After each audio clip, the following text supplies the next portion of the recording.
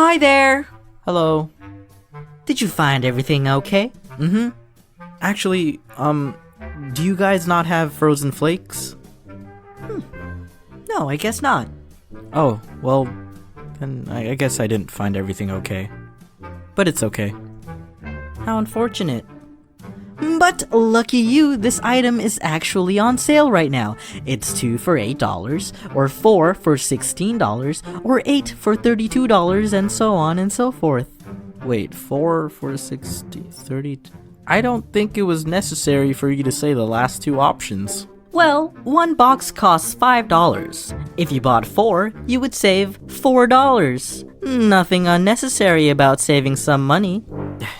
Never mind, just the one box, please.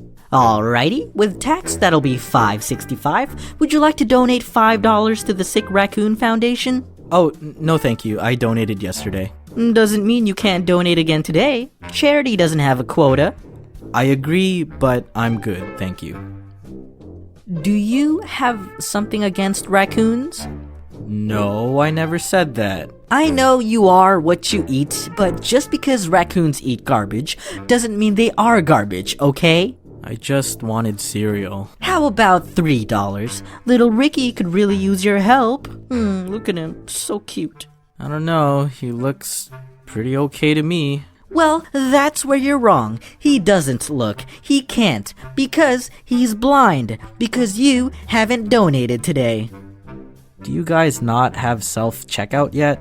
Alright, sir. How about $1? You could spare $1, can't you? $1 so Ricky can see his dying mother one last time. By the way, his mother is also blind. You're telling me raccoon eye transplants really only cost $1? Sir, I saw you park that nice sports car earlier. I'm sure you won't miss $1. I walked here! 4 quarters. That's still $1. Okay, then would you be interested in buying one of our cookies, hand-baked by our local Girl Scouts whom are also sick, blind, deaf, and can't feel? Can't feel? How do they bake them then? But are blessed enough to use the proceeds towards helping sick raccoons. Fine, okay, I'll take a cookie. How much? It's 1 for $4, 2 for $8, 4 for $16, and so on and so forth. I'll take 1. Bless your soul. Trust that your generosity will help Ricky experience life to the fullest. Of course, until his kidney fails. Are you serious? Just like his mother. I'll donate $20. Oh, thank you. Very much appreciated. Would you happen to also be interested in signing up for our credit card? It costs $0 and you'll get $50 off your next purchase. Actually, you know what? I can cancel this transaction and you can use the card towards this purchase. It'll only take approximately 1 to 45 minutes. Is that okay? I just want my cereal. Okay, I went ahead and canceled the transaction. Huh? Here you go. I took the liberty of filling out the rest of your info. I just need your signature here. How did you know my information? Here, and I'm gonna need a witness here. You can probably just ask the gentleman behind you. Hey, you wanna hurry up over there? My bananas are melting. Okay, whatever. Okay, so the cereal and the $20 donation, with your $50 off, you now have $24.35 left in credit for this transaction. Would you like to donate the rest to the Sick Raccoons Foundation and help approximately 24 raccoons see again? Why are all these raccoons blind? And can't I just keep the credit and use it another time? When you're not working?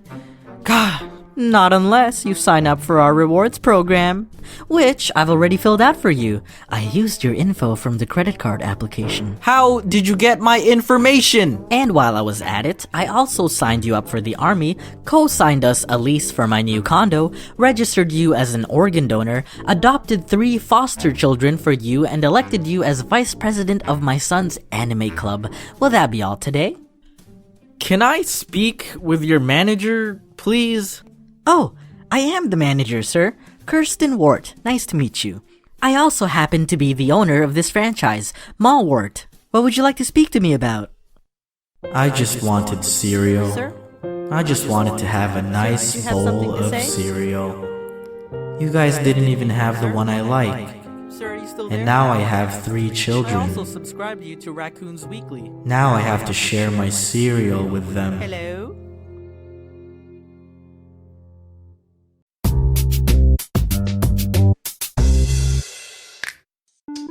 I think buying used things is pretty great.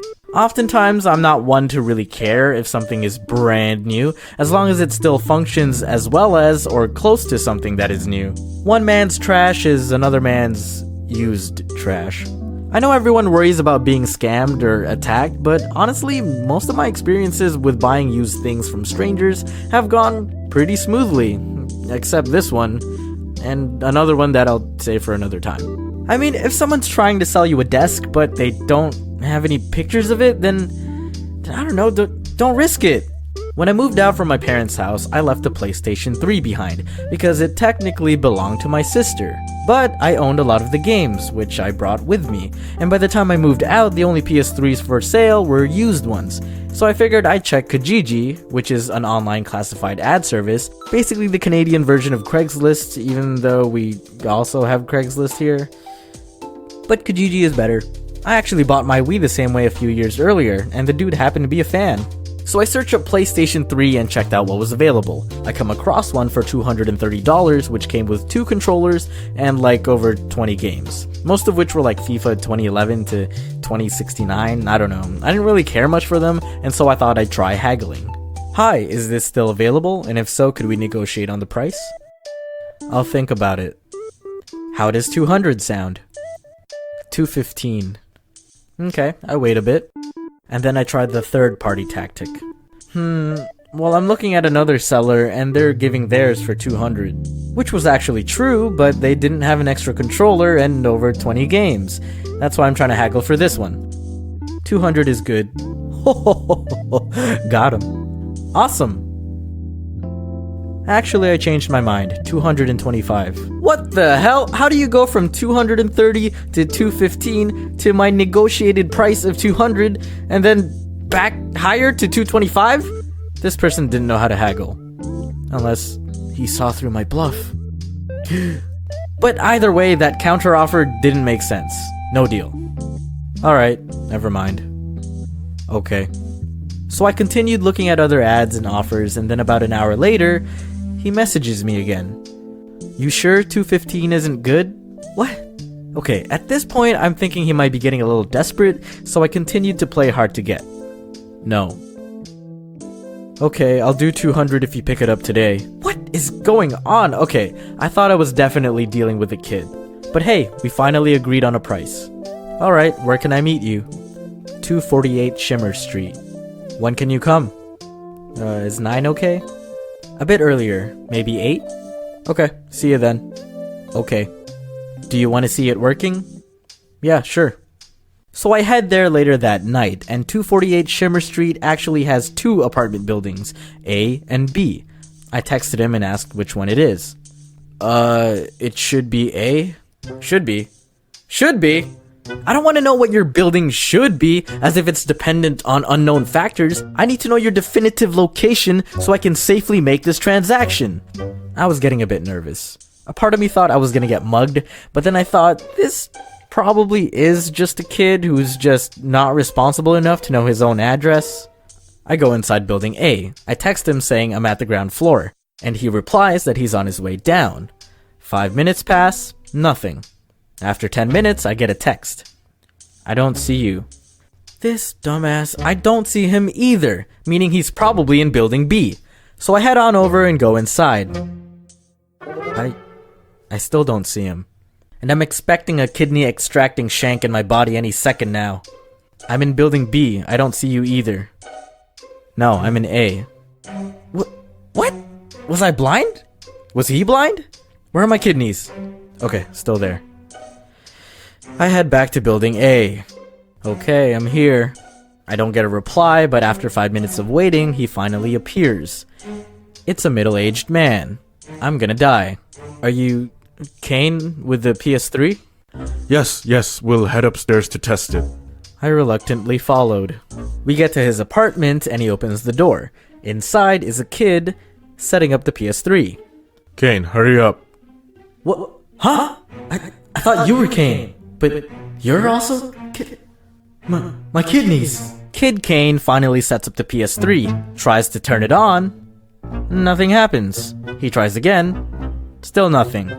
Big Kane, which I assumed to be his dad, started getting a little irritated. I thought you said it worked. What's going on? Dude, that's my line. The tension was thick, with only one C because that's all that could fit with the amount of tension in the room. Kid Kane shuffles around behind the TV, tries one more time, and it finally works. Both he and I let out a relieved sigh. Honestly, at this point, I didn't even care if it worked. I just wanted to get out alive, in one piece. I said, cool. Kid Kane packs up the PS3, puts it in a bag, and hands it over to me. I hand him the $200 that we agreed upon and hope Papa Kane was also aware of and approved. His dad takes it from him, counts it, then nods. Okay, thank you. Yeah, thanks. And I leave. Alive.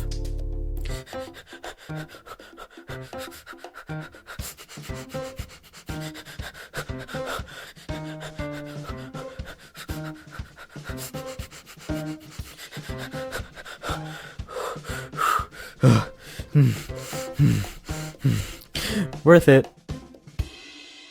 Hey, look! There's an Audible over there! Whoa, are they rare? I hear it only appears once every other month.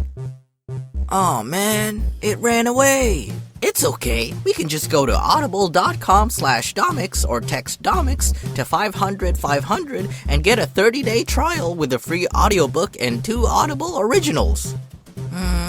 I still wanted to catch the Audible.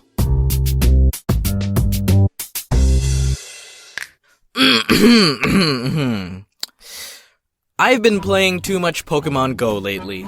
Yeah, I see that there's this revival of Minecraft, and everyone's back to playing Minecraft, while I'm playing Pokemon Go at 1 in the morning on a weekday because I know normal people are in bed by that time and can't defend their gyms. For those of you unfamiliar with Pokemon Go, which is probably not a lot of you because it was huge a couple of years ago, and I'd say it's still pretty big now, but not as intense as it was when it first came out. In its initial release, I'm gonna be honest, I thought it was pretty lame. It didn't seem like there was much to do. And I know a lot of you agree because you probably played it for a few weeks or a few months with your crazy mystic pride, and then you dropped it within a year. But it was understandable. They only had the original 150 Pokemon at first. I heard gym battles were pretty unbalanced, and they didn't even have raids until like a year later. I never bothered with it. Plus, I didn't have a good data plan, and I wasn't about to upgrade just to play a game I wasn't interested in. Well, now I'm on that unlimited. So a couple of weeks ago, I decided to try it out, for the first time. I figured it would get me out of the house more and make the best of the weather before winter comes. Which in Canada, if you didn't know, starts in October. So I downloaded it and was instantly hooked. I've been going outside every day, exploring nearby neighborhoods. I've discovered parts of my city I didn't know existed because I never had a reason to go to those areas. It's even brought me back to areas of my childhood. Look, that's where I took swimming lessons and where that kid taught me the Pokemon glitch.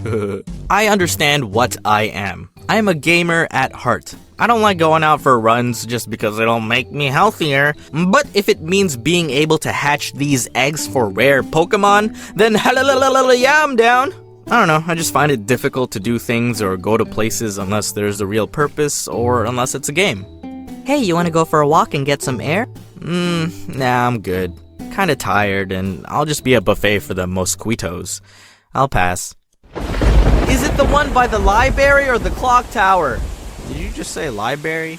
Clock tower! Alright, let's go, go, go! It's library.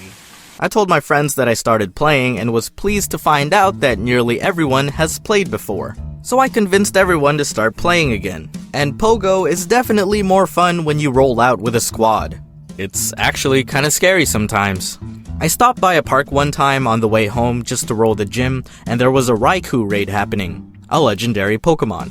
Obviously, I couldn't solo it, but I thought, I wonder if I wait just a bit, maybe some. And just then, 2 SUVs pull into the lot, each full of people. Adults, mind you. You think Pokemon Go is a kid's game? Nope. I see people close to my age range playing this game way more than children, okay? Kids are casuals because they have curfews and don't have their driver's license. So this squad parks beside me, surrounds me actually, because you can't reach the gym otherwise. And they're obviously not here to play on the swings or play hopscotch. Okay, but they're definitely here to raid too. I checked the raid status and there's like 9 people in the queue, so I hopped my level 25 ass in there with them. All instinct, all level 40. My attacks only tickled at best and I got carried hard, but it's all good. I still got that Raikou. Thanks, bye! Playing late at night did lead to some scary moments. Claire and I went to claim a nearby gym one night to collect some coins. When you defeat a rival gym, you can then hold that gym with your own Pokemon, and for every 10 minutes that they defend that location, you earn 1 coin, for a maximum of 50 a day, which equals to about 50 cents. Which is enough to afford nothing in the shop, so you can see why we're out at night like vultures trying to secure our spots. Sure, I have a job and I can just use real money to buy in-game coins and pay to win, but for the competition of being able to deny those free 50 coins from other players, I gotta play that game. I'm sorry, I gotta play. Anyway, we just finished beating the gym and we're about to put our tanky boys in when all of a sudden, 2 cars pull into the lot. Not the same ones from earlier. And my dumbass first thought was, oh shit, I hope they're not here to take our gym. You're probably playing too much Pokemon Go if you're hoping people who go to the park at night are there to deal drugs and not to deny you your opportunity to earn in-game currency. I mean, I guess drug dealers can play Pokemon Go too. But no, they were definitely not here to play Pokemon Go. They step out of their cars and walk towards each other and start talking. I can't make out what they're saying, but one guy had a flashlight and he was pointing it rather aggressively towards my car as if we weren't part of the agreement of their meeting or something. Hey, who's this, huh? I thought I told you to come alone.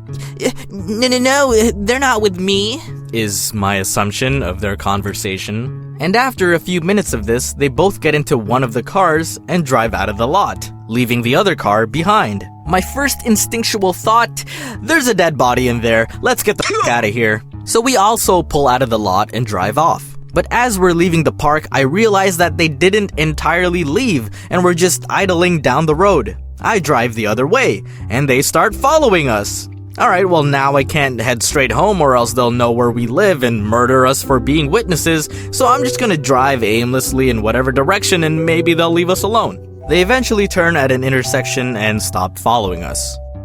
Wow, that was kind of freaky. So how's our tanky boys doing? For the next couple of days, the car that they left behind was still there. What I found out, and I don't know if this is true, but apparently your car won't get towed if there's no license plate on it, which the car didn't have.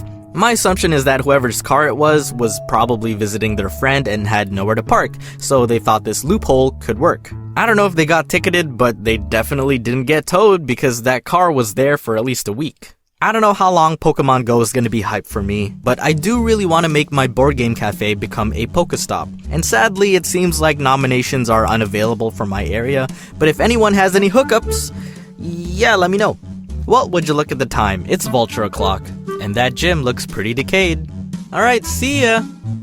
This video has been brought to you by NordVPN, the best VPN available. Head over to nordvpn.com/Domics and use the code Domics to save 77% off a 3-year plan.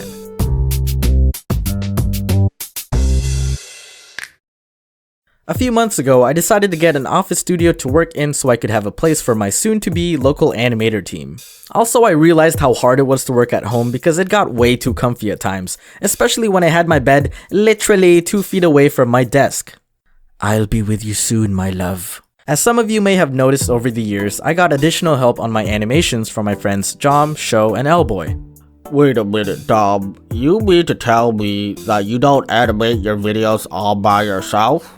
Well, yeah, of course. I wanted to try getting out videos more often, minus this past month because I was helping with setting up the gaming cafe, so I thought I'd get even more help to take on some of the load. Well, that's lame. too important to do everything yourself now, huh? Huh? Well, I still write the scripts myself and do the voiceovers. I still animate some of the scenes, but I guess not a majority of it. I'm sorry to shatter your vision of me. Yeah, but this other animator does everything by themselves. Okay, and how often do they post? Once every 4 or 5 months. Huh, that's pretty scarce, but understandable given the time and effort it takes to make a coherent animation by themselves.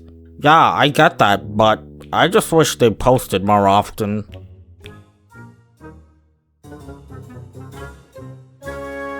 Anyway, yeah, I wanted more aid on the videos. I was cool with my 3 friends from California helping me out, but sometimes the workload still proved to be a lot for us. I also thought it'd be nice to be physically around the other people working on the same project. I've usually just been cooped up in my room, and I gotta admit, it got pretty lonely at times. So I got an office, made a post that I was hiring locally, hired some people, and realized I needed to get more equipment for them to work with. I currently work on a Cintiq 13 HD as my main tablet, and thought that's probably more than enough for the others.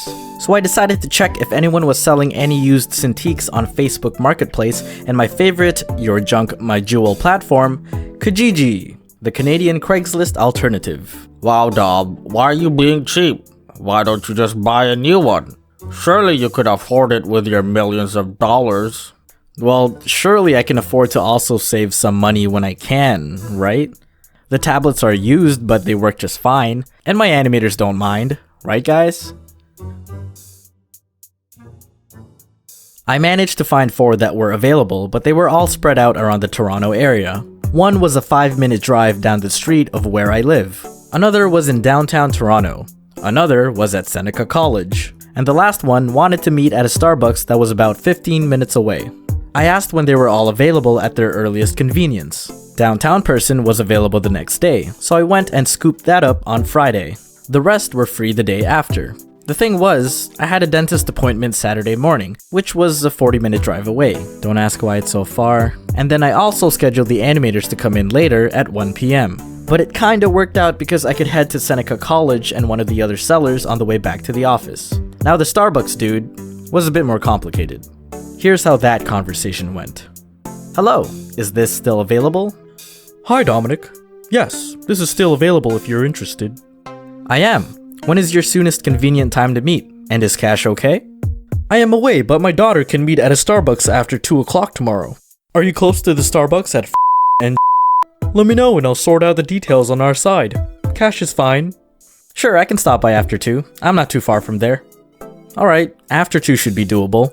I agreed to this because I needed to make sure I was at the office before 1 to let my team in, and then I could just head out real quick to pick up the tablet. I didn't get an update until Saturday morning. Great, she will be there at 2 o'clock. Okay, so I didn't know after 2 meant at 2, but I thought it likely wouldn't be a problem. I kind of got lost around the Seneca campus because the girls' directions were a bit confusing, and so that meeting got a little delayed since we had trouble looking for each other. Because that was late, I got to the other seller later than I wanted, which meant I also got to the office later than I wanted. Once I did, I still needed a bit of time to set some things up for my animators and knew I couldn't make it for 2 o'clock. Hey David, sorry to trouble you, but is it okay to postpone to 3? Didn't get a reply for 20 minutes. Hey David, checking in on this. I'll be running late. Is there a number I can reach you at or your daughter? Here's the thing. If you don't want to disclose your personal number to a stranger, I get that. That's fair. But it would also be fair if you at least promptly check the only means of communication between us as the time of meeting approaches, especially if you're going to send your daughter off for the transaction. I received a reply 30 minutes later. It was past 2. Just got this. She is there now. I'll let her know you will be late, but if you can try to come as soon as you're able, that would be great. Well, me. Okay, I guess I should head out now. I was able to set up my team quickly, so they were good to work while I was gone.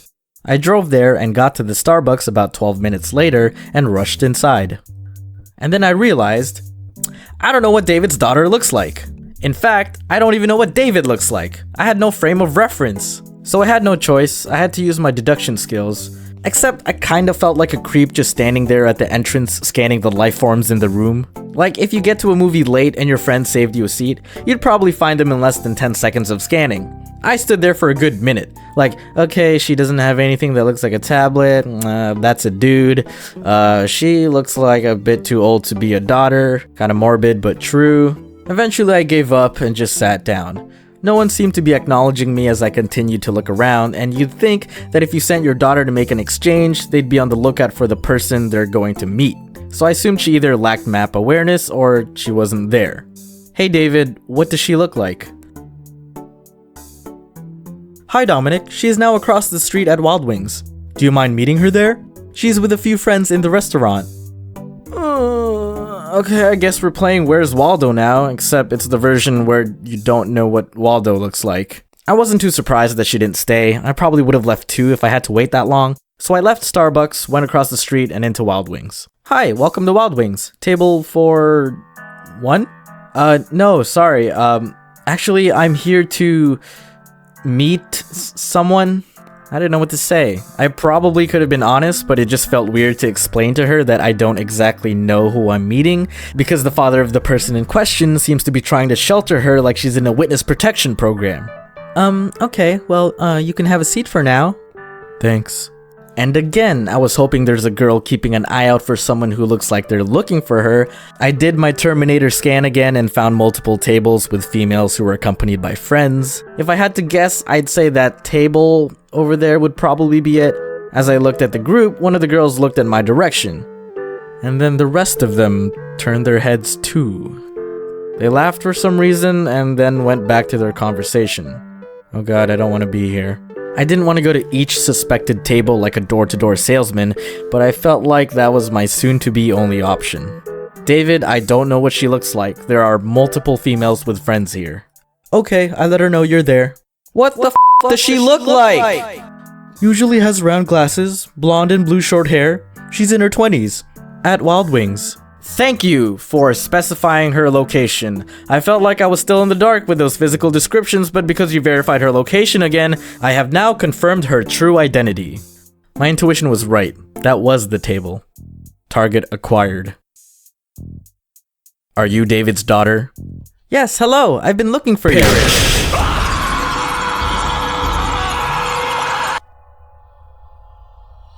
Did you do it? Yes. What did it cost? 700 Canadian dollars. Yeah, I got the tablet, and even paid a little extra because I felt bad for being late. I don't get why he didn't just tell me what she looked like from the start. I mean, I was gonna find out eventually. Like, I had to look at her to make the exchange. But speaking of confidentiality, this video has been brought to you by NordVPN, the best VPN available and the only one to get a perfect score from PC Mag. VPNs are a great way to protect your privacy and security online. They allow you to surf the net anonymously with absolutely no data logging using military-grade encryption. They have thousands of servers in over 60 countries. It's lightweight and has a clean, user-friendly interface. Being in Canada, we don't always get the good stuff that's available for our neighbors below, or even in other countries. And until we have teleportation machines, this is probably the closest thing we've got. Check this out. I want the internet to think I'm in the USA? Bam. Maybe I want to go on the web like they do in the UK. There I am. Hong Kong? What up? Dang, Dom. Even Hong Kong? Even Hong Kong, my dude. Super fast servers protect up to 6 devices at once, available on Android, Windows, iOS, macOS. Not sure if you like it? No problem. 30-day money-back guarantee. And 77% off a 3-year plan? That's like $275 a month. I bought a soda for that much today. I could have been healthier and secure. Yeah, well now you're probably getting hacked using that random Wi-Fi. Have fun. Oh shit! NordVPN.com/Domics with the code Domics again for 77% off a 3-year plan. Enjoy!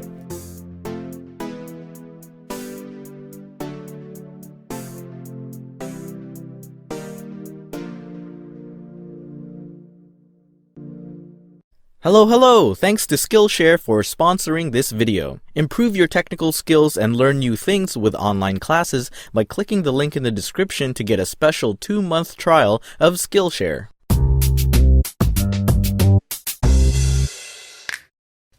I recently got back from the Scribble Showdown Tour, which was doodles of fun, and there were a few times during the VIP Q&As when people asked about our weird dreams, so I thought I'd share some of them today. A lot of my dreams usually end with me either dying, being too confused, or being so frustrated that I wake up. Like that one dream where, for whatever reason, I was looking for Spider-Man, and this dude came up to me and said he had his contact, so I was like, sweet, take me to him, please, and I drove him around the city thinking he'd lead me to Spider-Man. Eventually, he comes clean and said he lied and didn't actually have it, so then I got pissed and woke up.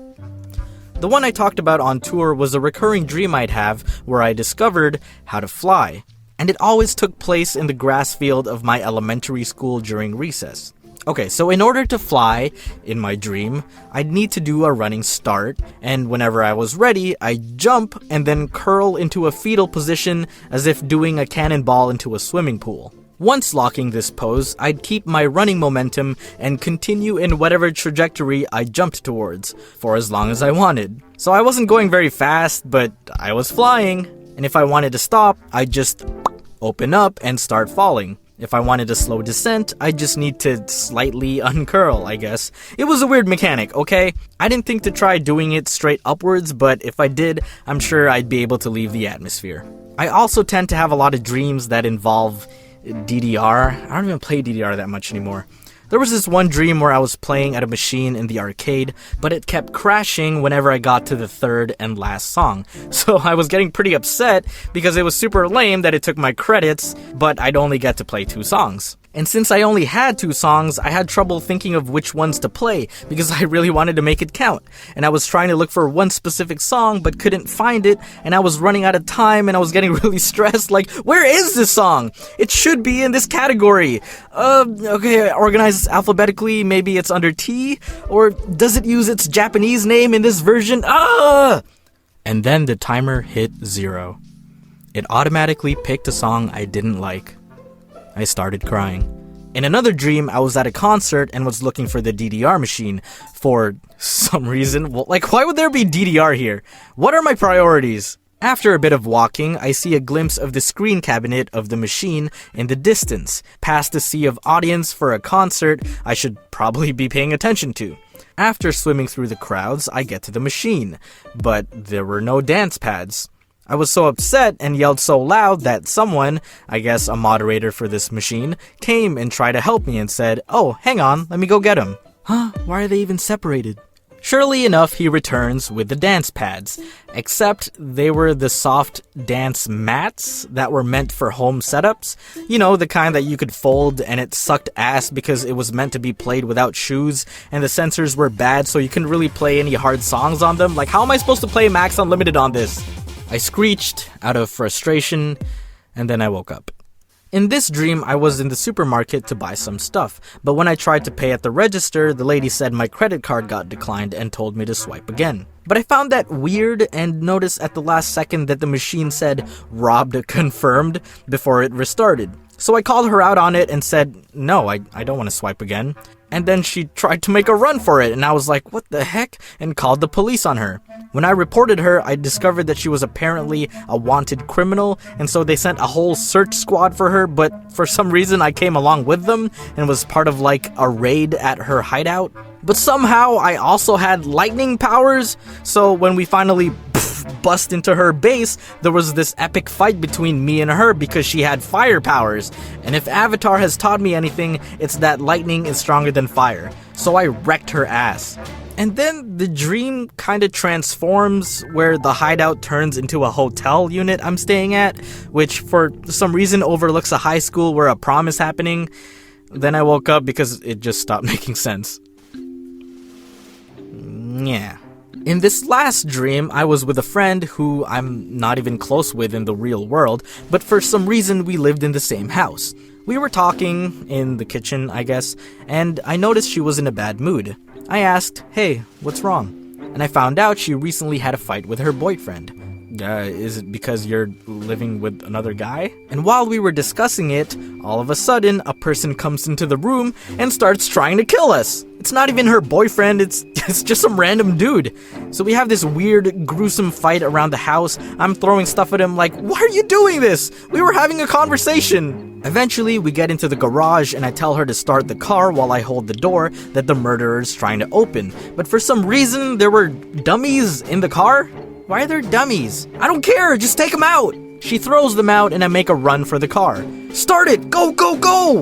We leave the garage and get to the driveway, but she doesn't check the road before exiting, so we get T-boned and get sent flying. We bounce away and land into a pool that's in the neighbor's front yard? Who has one there? So I'm like, fuck, we're stuck. We're dead if we stay. I roll down the window and jump out. I look back and she's still stepping on the pedal and trying to steer as if she can drive out of a pool? I'm fleeing on foot. Goodbye.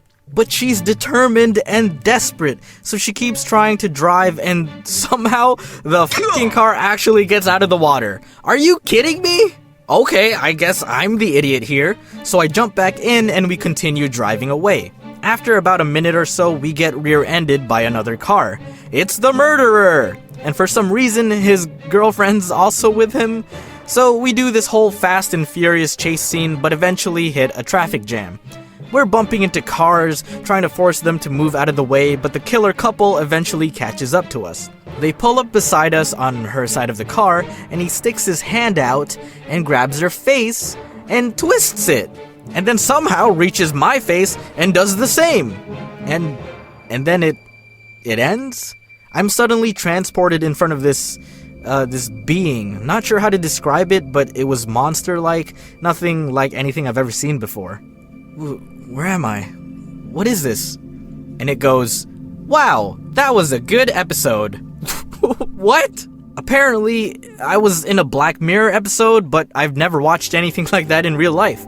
And then the dream transformed into another dream where I was with my college buddies and for some reason we were still in school, architecture school, and there was a project due that day at 7 p.m. And I'm like, fuck! I gotta go to the office today to work on an animation and then look at a potential cafe property at 5, and I haven't even started the project yet! Eventually I rage quit and was like, wait, what the heck? Why do I need this grade? I'm already working! Like I was aware that I was doing YouTube full time. Like, why am I still in school? Why am I here? Why? And then I woke up. Oh hey, do you guys like to learn new things like how to animate? How about improving your creative writing? Maybe learn how to produce music? You might find yourself with the tools to succeed but lack the knowledge to get yourself there. Well then check out Skillshare and its many classes such as this 2D animation for beginners with Adobe Animate by Walt Wonderwoke. As many of you guys know, I didn't go to school for animation. I'm entirely self-taught with the help of online tutorials and mutual animator friends. With Skillshare, you have no excuse to not apply yourselves. By joining Skillshare, you gain access to the thousands of classes in design, business, tech, and more, brought together by its amazing online learning community. With an annual subscription of less than $10 a month, Skillshare is incredibly affordable, especially when compared to those in-person classes and workshops. Learn at home, on your own time, and at your own pace. Here, have a special 2-month free trial of Skillshare by clicking the link in the description. Enjoy! Also, this video will be followed by another one later this week where I show you guys my overall process on making an animation. See ya!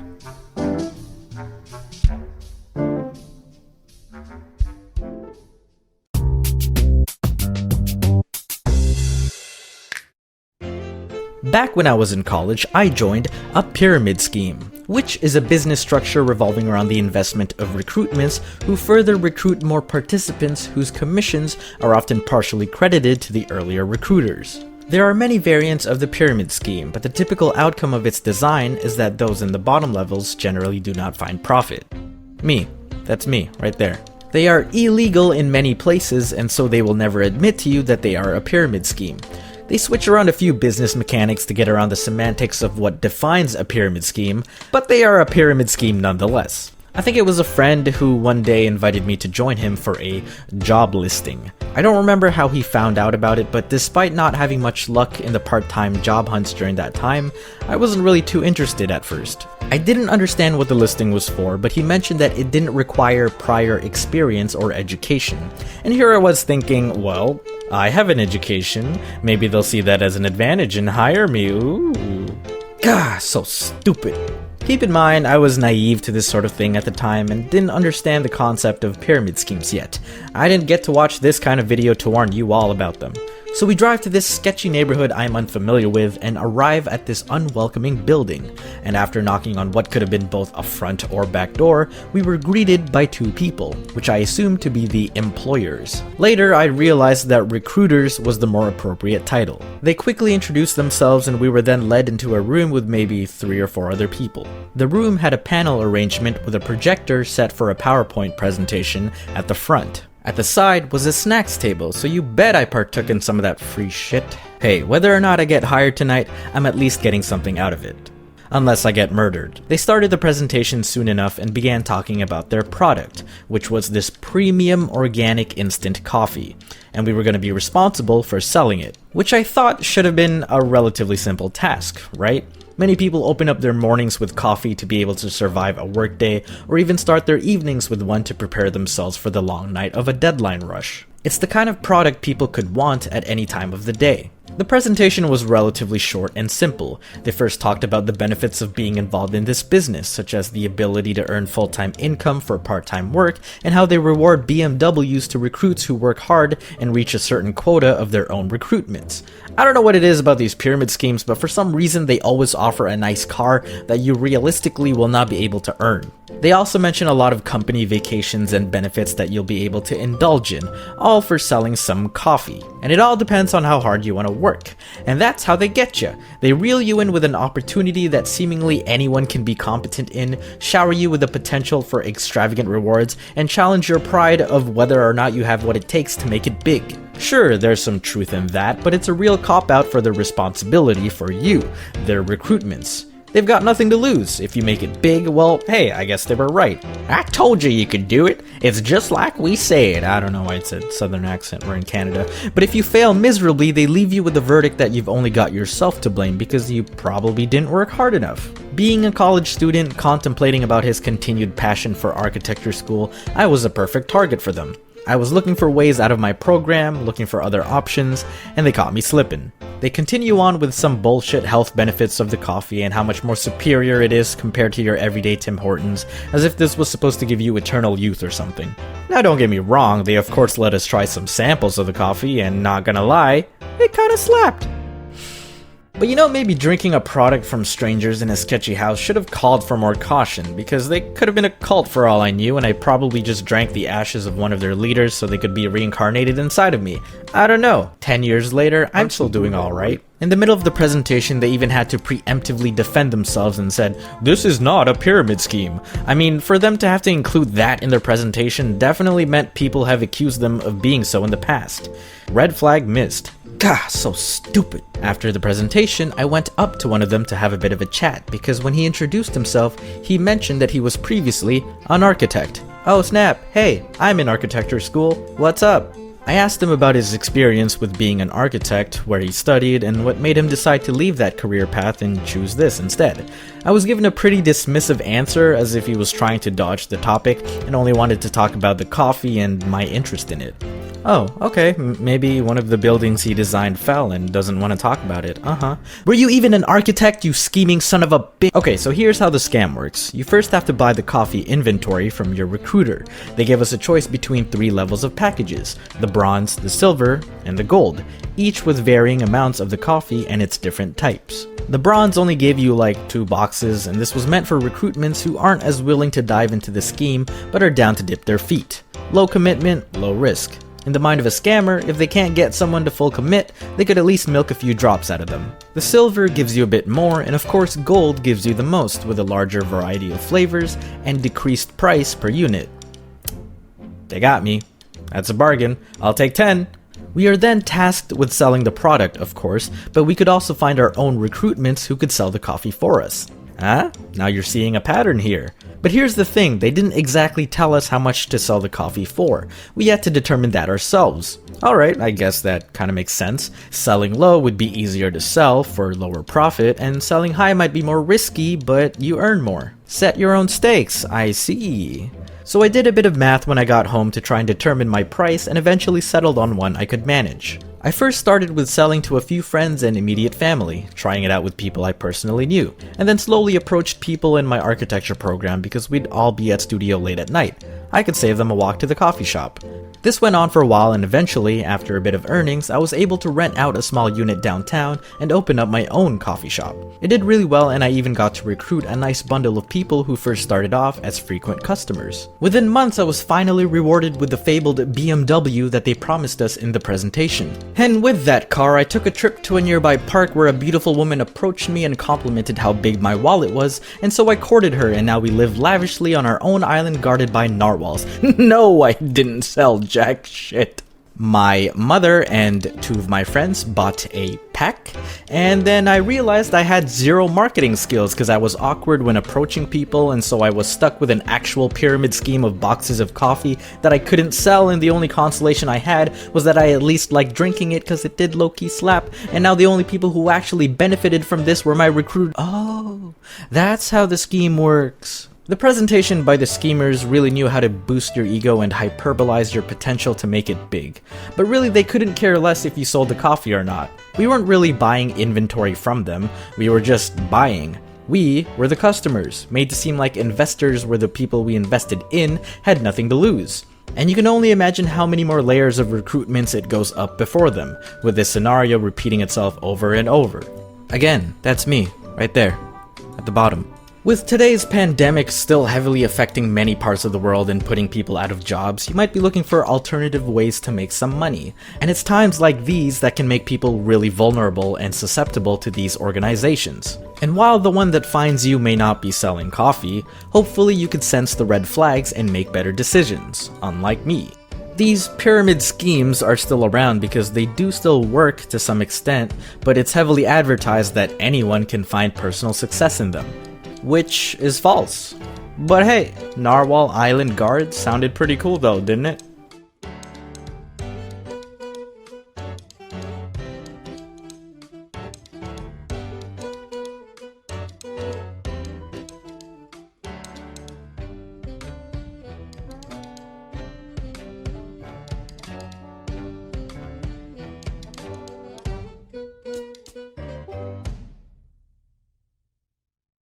Today's sponsor is Crunchyroll. Get an ad-free trial of Premium for 14 days at crunchyroll.com/Domics or click the link in the description.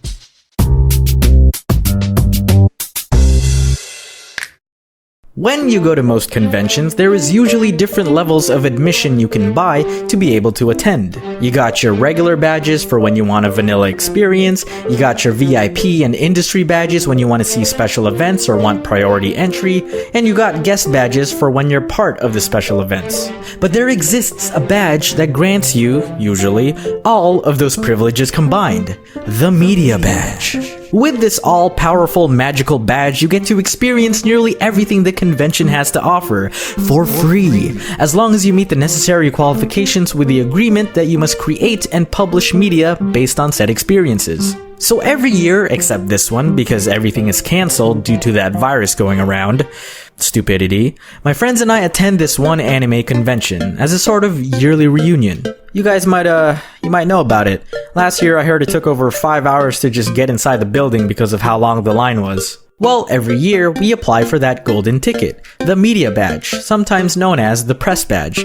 And not gonna lie, the main perk I wanted it for was being able to cut the line and not have to wait in 100-degree Fahrenheit weather. I made a video a while back about how easily I sweat. Some of you know my pain. I cannot last out there. My usual plan with the Media Badge is to vlog my experiences at the convention according to my specific interests. And not only can you cut the line to ensure you have great seats for viewing events like concerts and panels, but you also gain access to the upper floors of the convention. And what's there, you ask? Well, clean washrooms with no lines, proper air conditioning because of less occupancy, and the lounge room. where you can find refreshments and comfy seats. And we all know how hard it is to find seating at big conventions. That one Anime Convention 2016, Day 1. I think that was around the time I messed up cutting my own hair, which was also red at the time, so my hair's gonna be red in this video.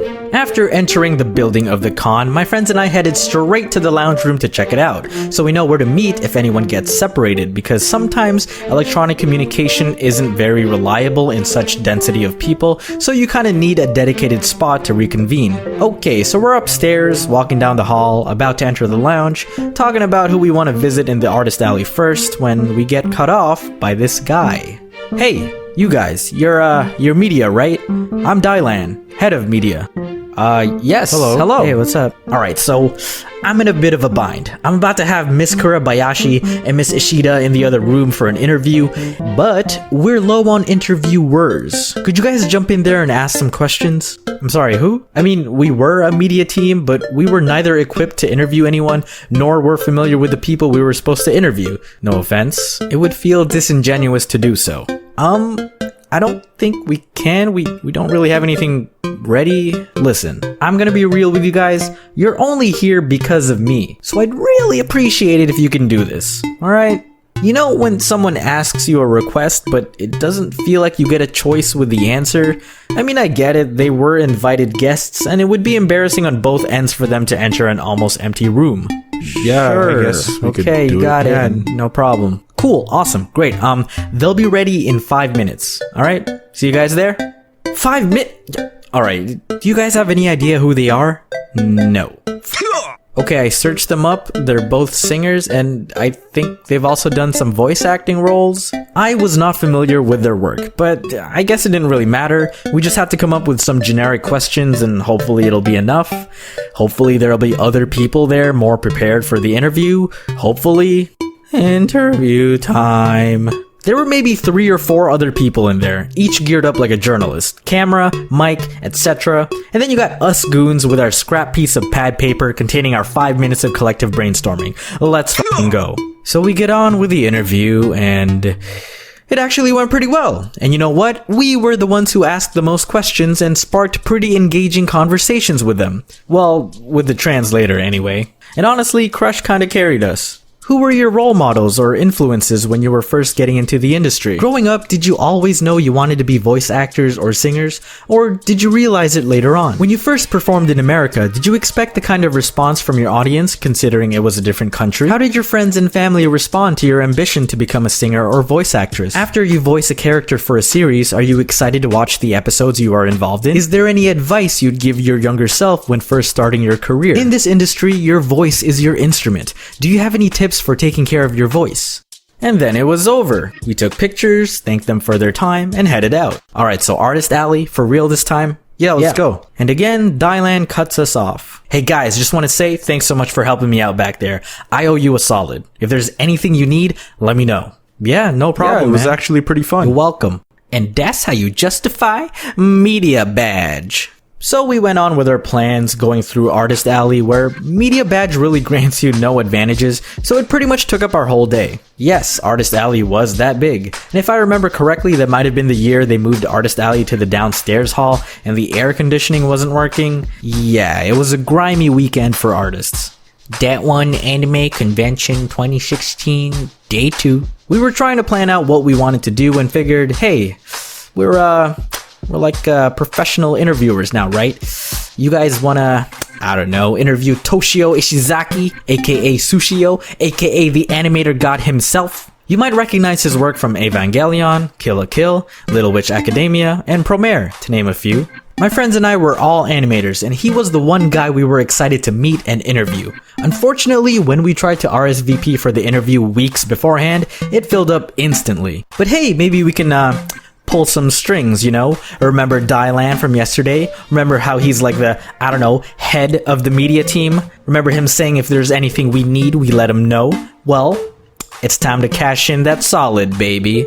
But sadly, we discovered that Dylan was not as omnipotent as we thought, and the selection of solids he could owe us was not unconditional. Yeah, sorry guys, no can do. Anyway, I gotta head out now. Gotta take my parents to some adult show. Bye. Well, rip my nips, we tried. Legend has it we are still owed a solid to this day. We don't know what happened to Dylan. He was no longer the head of media in the following years. I mean, I guess he didn't exactly owe us. In the cycle of debts, he provided us with the media badges, and we helped him with the interview. I guess we were even. Despite not being able to interview Sushio, he also had a panel with the rest of the Kisniver team later that day, because the anime had just recently premiered, so we wanted to attend that as consolation. We checked out the line, and as we expected, it was like a light year long. No way in hell are we getting in. Is what we would say if we didn't have media badges. And that panel was enjoyable. They handed out animation frames, we got to see Sushio topless, I don't remember why, whatever, it was hype. Now, you're probably thinking I'm just a privileged freeloader for using my public status to qualify for a media badge so I could cut lines and attend cool events that other people have to earn by waiting in line for. With all the time I spend not going out, it's given me a lot of time to watch anime, more specifically on Crunchyroll. With a premium account, you get unlimited anime, manga, and drama titles. You get new episodes an hour after airing in Japan that are professionally subbed, ad-free, and in HD. The app is available on pretty much every device, so you can watch wherever you're comfy. I myself have been on that One Piece grind, but if you want to check out other hot titles this season, there's God of High School, Fire Force Season 2, and ReZero Season 2, which Jack and I did a watch-along of earlier this week. Thanks to those who joined us. We only watched the first 2 episodes, but I'm continuing on, eager for those weekly releases. And you too can catch up by signing up. Again, that's crunchyroll.com/Domics for a 2-week trial of premium. Link below and enjoy.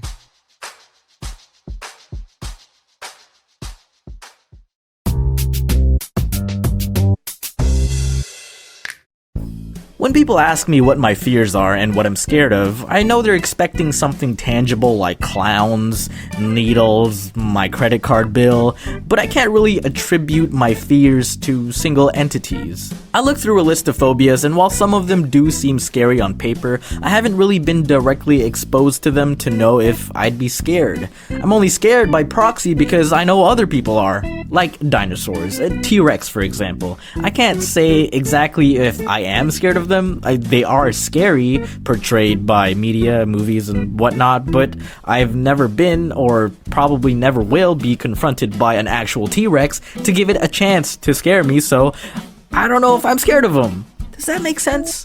I mentioned way back in my bugs video that it was usually my job to cleanse our house of bug invasions because I'd be the only one indifferent enough to confront the bugs. And I live in Canada. We're not exactly known for our killer bugs. Sure, we have black widows, but that's like one breed. And you can easily distinguish them because they're fully black, with red marks on their abdomen and backs. There are so many types of spiders here. I can't just assume every single one is a black widow. That's racist! I'd say I just have a general fear of dying. Well, I guess more so the pain of the method that leads to death, which most of you can probably say for yourself as well. I'm not scared of clowns, I'm scared of clowns that wanna kill me. I'm not scared of spiders, I'm scared of spiders that wanna kill me. I'm not scared of heights, I'm scared of the Earth's gravitational pull that's trying to kill me at all times. Growing up, I've had a lot of my peers hospitalized for injuries, and I wonder why I myself have never been to the ER. Maybe it was my lack of participation in a lot of sports, but it might also be because I avoided doing dumb and dangerous stunts that most kids think to be impressive by their peers. You know what's impressive? Being healthy and uninjured. Damn, look at these hospital bills. They say no pain, no gain? I say no gain, no pain. What's that? No bisque? No risk. Fear is a survival instinct, which is why I think most of us can say we'd survive in a horror film.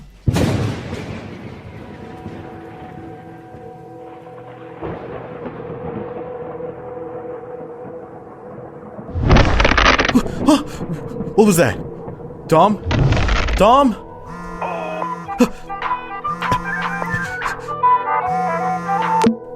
Hello? Yo, are you still in the abandoned hospital? Wait, Dom? Are you okay? Where are you? Yeah, I'm fine.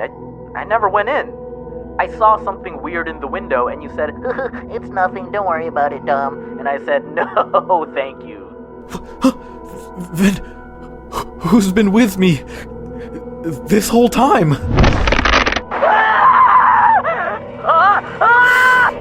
You're making it real hard not to say I told you so. I have this technique for watching horror movies to make it seem like I'm fearless. When I think there's a scary part coming up, I shift my focus to one of the corners of the screen. My peripheral vision can still see the rest of the screen, kinda, but it's out of focus, so I can't really process enough of the image to really be scared. I mean, I can tell it's scary because of the audio and the screaming, so I can only imagine. I feel kind of bad for people with good peripheral vision. The oldest and strongest emotion of mankind is fear, and the oldest and strongest kind of fear is fear of the unknown. You right. We generally fear things that are unknown or unfamiliar to us simply because we don't understand them and deem them dangerous. We use our five senses to experience and process the world around us, and being unable to do so can lead to fear. People are afraid of the dark because they can't see and process what's around them. They are in the unknown. And if they can't see and confirm that their surroundings are safe, they assume that there is potential danger. If I can't see that there isn't a demon about to eat me, there is probably a demon about to eat me. That's why horror movies usually aren't scary the second time or consecutive time you watch them, assuming they were scary the first time, because you're then familiar with the events and there is no longer a surprise factor. If you're bored of zombie movies by now, it's because it's gotten stale. Train to Busan doesn't need a remake. Stop remaking Asian horror films! Just read the subtitles. Oh my god, you're illiterate. I have irrational fears as well, like not closing my eyes for too long while in the shower because that gives the monster time to appear with their ugly face staring at me the moment I open my eyes, or when the lights go out while I'm in the bathroom because I remember saying Bloody Mary twice as a kid and I'm worried that it carries over and that even thinking of saying it the third time will fulfill the ritual, or when I'm washing my face in front of a mirror in the bathroom and, you know, maybe I'm just scared of bathrooms. Yeah, that's it. Real talk though, I have a fear of being forgotten. If you haven't watched Disney's Coco yet, spoiler alert, there's a scene with one of the characters, Chicharon, who experiences final death in the land of the dead because there is no longer anyone in the world of the living who remembers him. The fact that your existence is deleted because you no longer exist even in memory really hit me in the kokoro. Like, if you're not part of anyone's recorded or remembered history, did you really even exist? Or if you don't take an Instagram photo of your food, did you even really eat it? No, I'm just kidding. Yeah, you ate it. Stop taking photos. Eat your food. But what gives me peace of mind is the Latin phrase by Roman poet Quintus Horatius Flaccus, aka Horace, non omnis moriar, which directly translates to not everything dies, but is interpreted as my work will live, or I shall not wholly die. And as of now, believing in this seems like our only way to immortality. Do enough during the time you're here to make an impact that goes beyond your mortal lifespan. I have my beliefs and ideologies. I don't really see myself as a world changer or a strong activist for anything specific. I just enjoy putting out content for people to view. People ask what my end goal is with YouTube or my career in entertainment. Honestly, with humble intent, I just want to be remembered. Not for greatness or anything prestigious, I just don't want to be forgotten. And it's kind of ironic to fear being forgotten because you wouldn't really know or have a way to prove if you were forgotten once your time has passed. Or do we? That seems like a hypothetical for another day. This video has been brought to you by NordVPN. Go to nordvpn.com/Domics and use the code Domics for 75% off a 3-year plan with a free extra month.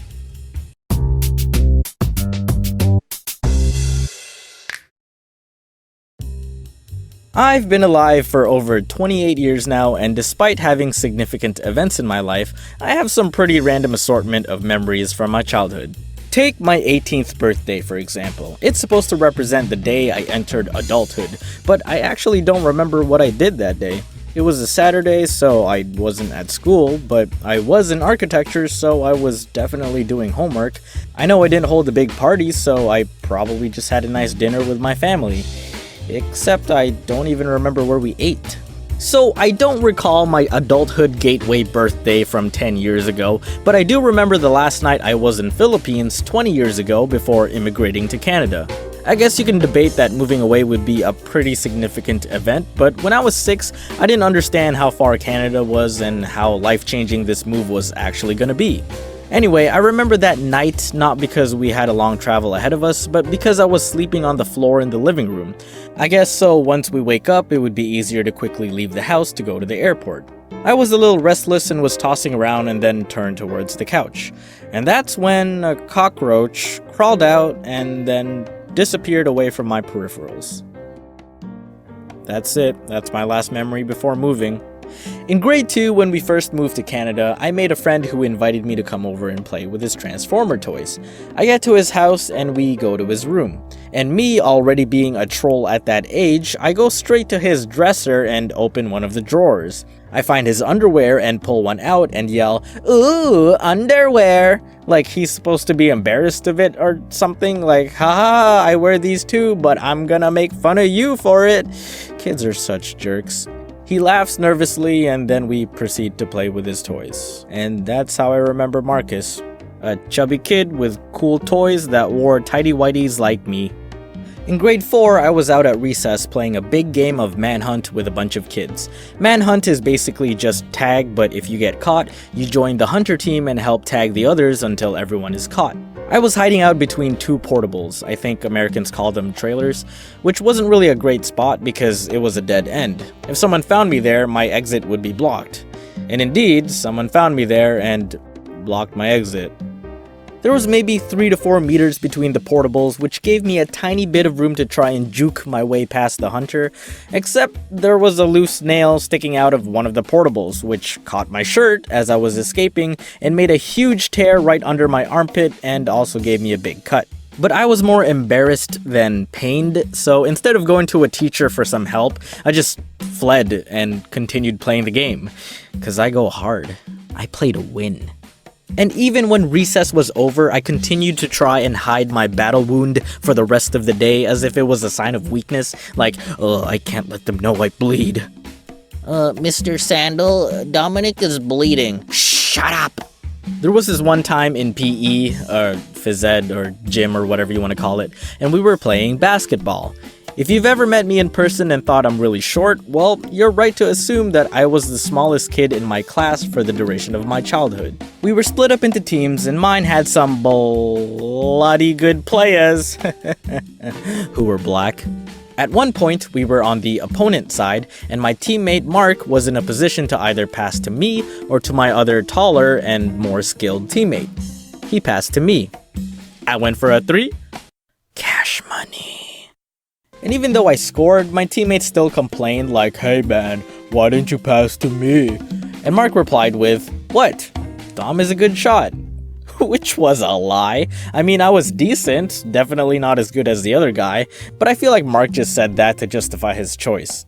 And even though I probably only scored like 1 more point for the rest of the game, I had such a huge boost of self-confidence after hearing Mark's encouraging words. In grade 5, I had a crush on this girl in my class, Stephanie, the same Stephanie from my crushes video. I think it was like the last day of class before summer break, and we were having a relaxed day. My teacher had a piano in the classroom and allowed the students to play on it. During that time, one of my favorite songs was All My Life by Casey and JoJo, and the intro to that song is literally the only thing I know how to play on the piano. And so I requested to play, sat down, and played the intro to the song in hopes to impress Stephanie. Afterwards, the other kids, including Stephanie, cheered me on because they thought it was dedicated to Bridget, another girl who openly had a crush on me. And I guess from my little performance, people thought those feelings were now mutual, which they weren't. But I didn't want to embarrass Bridget by trying to correct the crowd, so yeah, I just went with it. This last one was kind of a suppressed memory because I was so embarrassed when it happened. Also, TMI warning. Alright, so growing up, after pooping, I was taught to use what we Filipinos call a tabo, a small bucket with a handle that we fill up with water to wash our butts with. That's right, we believe toilet paper alone isn't enough. At a young age, I was too weak to carry the tabo on my own with one hand because obviously I needed the other to wash my anus. So usually when I was done delivering the package, I'd yell for my parents or older sister to help pour the water while I cleaned myself. One day we were at a family friend's house and the parents had to head out for a bit, leaving us, the kids, at the home. Destiny determined that I had to poop exactly in the time frame they were absent, so naturally I had to depend on my older sister to help me out once I was done dropping the mail. Except I had to go real bad and didn't get a chance to warn my sister ahead of time to keep an ear out for my call. And so I'm there, on the toilet, finished with the load. I left the door slightly ajar so I could be heard, and at first I called out to my sister at a medium volume, "Ate!" which in Tagalog means older sister or a respectful term for a girl who's slightly older than you. She didn't hear me, and so I kept calling out, increasingly getting louder until I was heard. And surely enough, I was. Except it wasn't my sister who came to greet me, it was the family friend. And when you're caught on the toilet, there's actually nothing you can do to minimize how defenseless you look. She laughed hard, and I just had to take it until she got a whiff of my aroma and then left the scene. Maximum embarrassment. And so from that day on, I matured into independence, never again having to rely on anyone to assist me in cleaning myself after a poop. Because now, I rely on technology. This is a bidet. Holy sh! One thing I do depend on a lot, and I'm sure you guys do as well, is the internet, especially for entertainment. A lot of you might be aware of the recent passing of Article 13 in the European Union, which, in summary, holds media hosting platforms liable for the content posted on their website, and therefore puts content creators at risk of being overly filtered or blocked in certain parts of the world. With NordVPN, you can protect yourself from these restrictions and browse the internet with peace of mind using my code Domics at nordvpn.com/Domics for 75% off a 3-year plan with an additional month for free. Virtual private networks are a great way to protect your privacy and security online, allowing you to browse the net anonymously with no data logging using military-grade encryption. And NordVPN has earned their spot to be the best with PC Mag's Editor's Choice Award. With thousands of servers in over 60 countries and a lightweight user-friendly software, NordVPN allows you to virtually be wherever you want to be in the world. Protect up to 6 devices at once, including desktops, laptops, and mobile devices. Give it a try and protect yourselves online, or if you're unsatisfied, get your money back before 30 days, guaranteed. Once again, that's nordvpn.com/Domics with the code Domics for 75% off a 3-year plan, plus 1 extra month for free. Enjoy!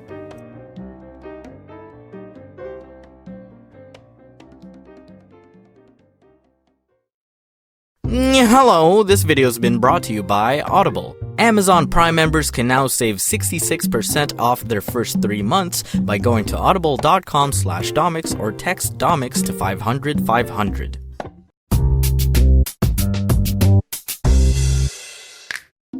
Video games played a huge part in my upbringing. While many believe they are a waste of time, I give video games credit for helping build my character and who I am today. Some of the consoles and games I mention here are probably older than half of you watching. My very first console was the Nintendo Family Computer, aka the Famicom. If you are unfamiliar with this, you might recognize the American counterpart, the Nintendo Entertainment System, the NES. They're generally known to be the same console with a few differences. Honestly, you put red on anything and that's my bias. This console blew my mind as a kid. I had a humble selection of game cartridges, yes, they weren't even CDs yet, and half of which were niche and foreign, but if I turned on my Famicom without a game inserted, it would boot up a menu which had over 100 games. Tetris, Small B, billiards, some tank game. Was anyone else's like that? Was mine modded? I don't know, but it was awesome, and it blew my friends' minds too when I showed it to them. Not long after, I then got the Game Boy. Yes, that brick of a handheld console where I first discovered Pokemon and all its glory. I still remember that one time as a kid, I was chillin' after swimming lessons, sitting on a bench playing my Game Boy, waiting for my parents to pick me up. Another kid in my class was passing by and noticed I was playing Pokemon Red. Having the game himself, we naturally talked about how fun it is. Then he started talking about game cheats, and that's when he opened my eyes to the duplication glitch. You possess forbidden knowledge. Basically, at a certain part of the game, if you met the specific requirements, you're able to duplicate items in your inventory to a virtually infinite amount. This meant endless Master Balls, allowing you to catch any Pokemon effortlessly, endless Elixirs, allowing your Pokemon to fight forever, and endless Rare Candies, allowing you to level up your Pokemon without having to fight at all. And consequentially, it was also when I discovered that although cheats did add a fun aspect of being overpowered and being able to obliterate the Elite Four and my rival Tae using a single move, I felt a sense of emptiness and lack of achievement because my victories weren't earned through genuine effort, but through dishonest methods. The destination was the journey, and the hardships I overcame along the way is what made the end that much more satisfying. The cheats killed the game and its purpose. There was no more journey. And that lesson rippled throughout my childhood and paved my way into adulthood. Well, good thing that was already like my 4th playthrough of Red, so I didn't feel guilty too long and continued to become a Pokemon master by cheating. Oh, what's up, Abra? You gonna try to teleport out of here again? Nuh-uh, not this time. You gonna join me today. I have enough Master Balls to catch you and your brothers and sisters right now and in the next 1,000 lifetimes, so go ahead, try and teleport. I'll come back. During that time, I also had the Super Nintendo, known to contain many legendary games that still hold a place in people's hearts today. Turtles in Time, Super Mario RPG and Super Mario World, Mega Man X2, Donkey Kong Country, Earthbound, Super Metroid, and A Link to the Past. But you know what game I probably played the most? That's right, freaking Mighty Morphin Power Rangers, the Fighting Edition. Look, as cool as it was to watch people in tights save the city from monsters via martial arts, the Megazords have always been my favorite part about the shows. And this game allows you to play as them and beat the crap out of other Megazords and monsters. And to 7-year-old me, that was the bomb diggity. I looked it up recently and apparently it was pretty doo-doo and didn't do that well, but I still remember having lots of fun with it. Things don't need to be the best of its kind for you to enjoy them. Just because Captain Falcon's mid-tier doesn't mean I can't have fun kneeing people in the face and then going, yeah, you like that? Yeah, actually, I thought that was pretty cool. Good job, man. Thanks. My next console was the N64, of which I was introduced to the franchise that is still my favorite game series to this day. And yeah, you probably guessed it from that last reference. Yes, it's Super Smash Brothers, Sisters, Mothers, and Fathers. If you considered all the time I put into these games, except Brawl, I'm pretty sure I've clocked in well over a few thousand hours. Smash has such a simple concept that can appeal to all types of people. You try to beat each other up and knock your opponents off the stage so that they fall into oblivion and literally explode. Simple. But despite that, it can also be complex when taken competitively due to the numerous mechanics that aren't so obvious at face value. Complexity delivered in simplicity. In a way, that's what I strive for my work to be like. I then went through most of the Nintendo consoles that followed. I went through Sony's PlayStations 1 through 4. I kinda skipped the Microsoft line except for that used Xbox 360 I got off Kijiji a couple years ago so I could play Just Dance and try to impress Claire. But nothing really beats the bonding I've done and the friends I've made more than through PC gaming, especially those online. I like to think the circle of friends I'm in now have lasted this long because of the times we've struggled together as well as against each other in video games. Playing games together with strangers has taught me patience when working with an unfamiliar team, something you might find yourself doing often in real life. It's taught me that people I've never met before can enjoy the same things I do, despite having different backgrounds and cultures. It's opened my eyes to the actual size of the world and its population, large and diverse in a sense that games can be universal, that there are gamers everywhere, but seems small enough that people who are hundreds or thousands of miles apart can create long-lasting relationships because of a simple common interest. Here's a few more shoutouts to video games that have made great impacts in my life.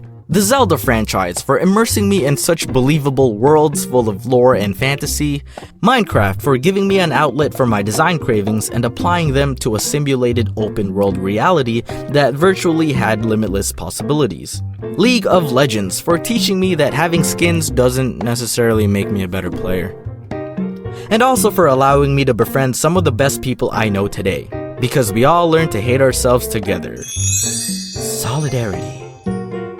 Oh, and Maple Story for teaching me that people online are really lonely and hormonal. Video games are just awesome, man, and I believe we're in the biggest gaming generation. Anyone can find a game that suits their tastes. Do you like beating the crap out of other people with cool combos and special skills? Fighting games. Are you looking for something that focuses on character growth and storytelling? Role-playing games. Do you have a good sense of tempo and coordination? Rhythm games. Are you looking for something with less commitment and immediate reward? Mobile games. Unless it's a gacha game, then it's the exact opposite. Commit hours grinding those gems just so you can roll a 4-star salamander for the 6th time. Damn you, Puzzles and Dragons. Damn you. And now we've got virtual reality taking big leaps in development. Who knows what kind of video games we'll be playing in 10 years? What if we're in a game right now? Stop. With the continuous advances in technology, the communities that revolved around video games are no longer niche nor underappreciated. Game design is so much more accessible now, and indie games have proven to be some of my favorite titles. However, disregarding the game developers themselves, many people's careers today revolve around the video games themselves and the culture around it. You think that was a self-sustaining lifestyle 15 or 20 years ago? People literally play games for a living now. Honestly, if I didn't take the animation route, I probably would have become a gaming channel. Wait, what are you thinking? Nothing? Dom?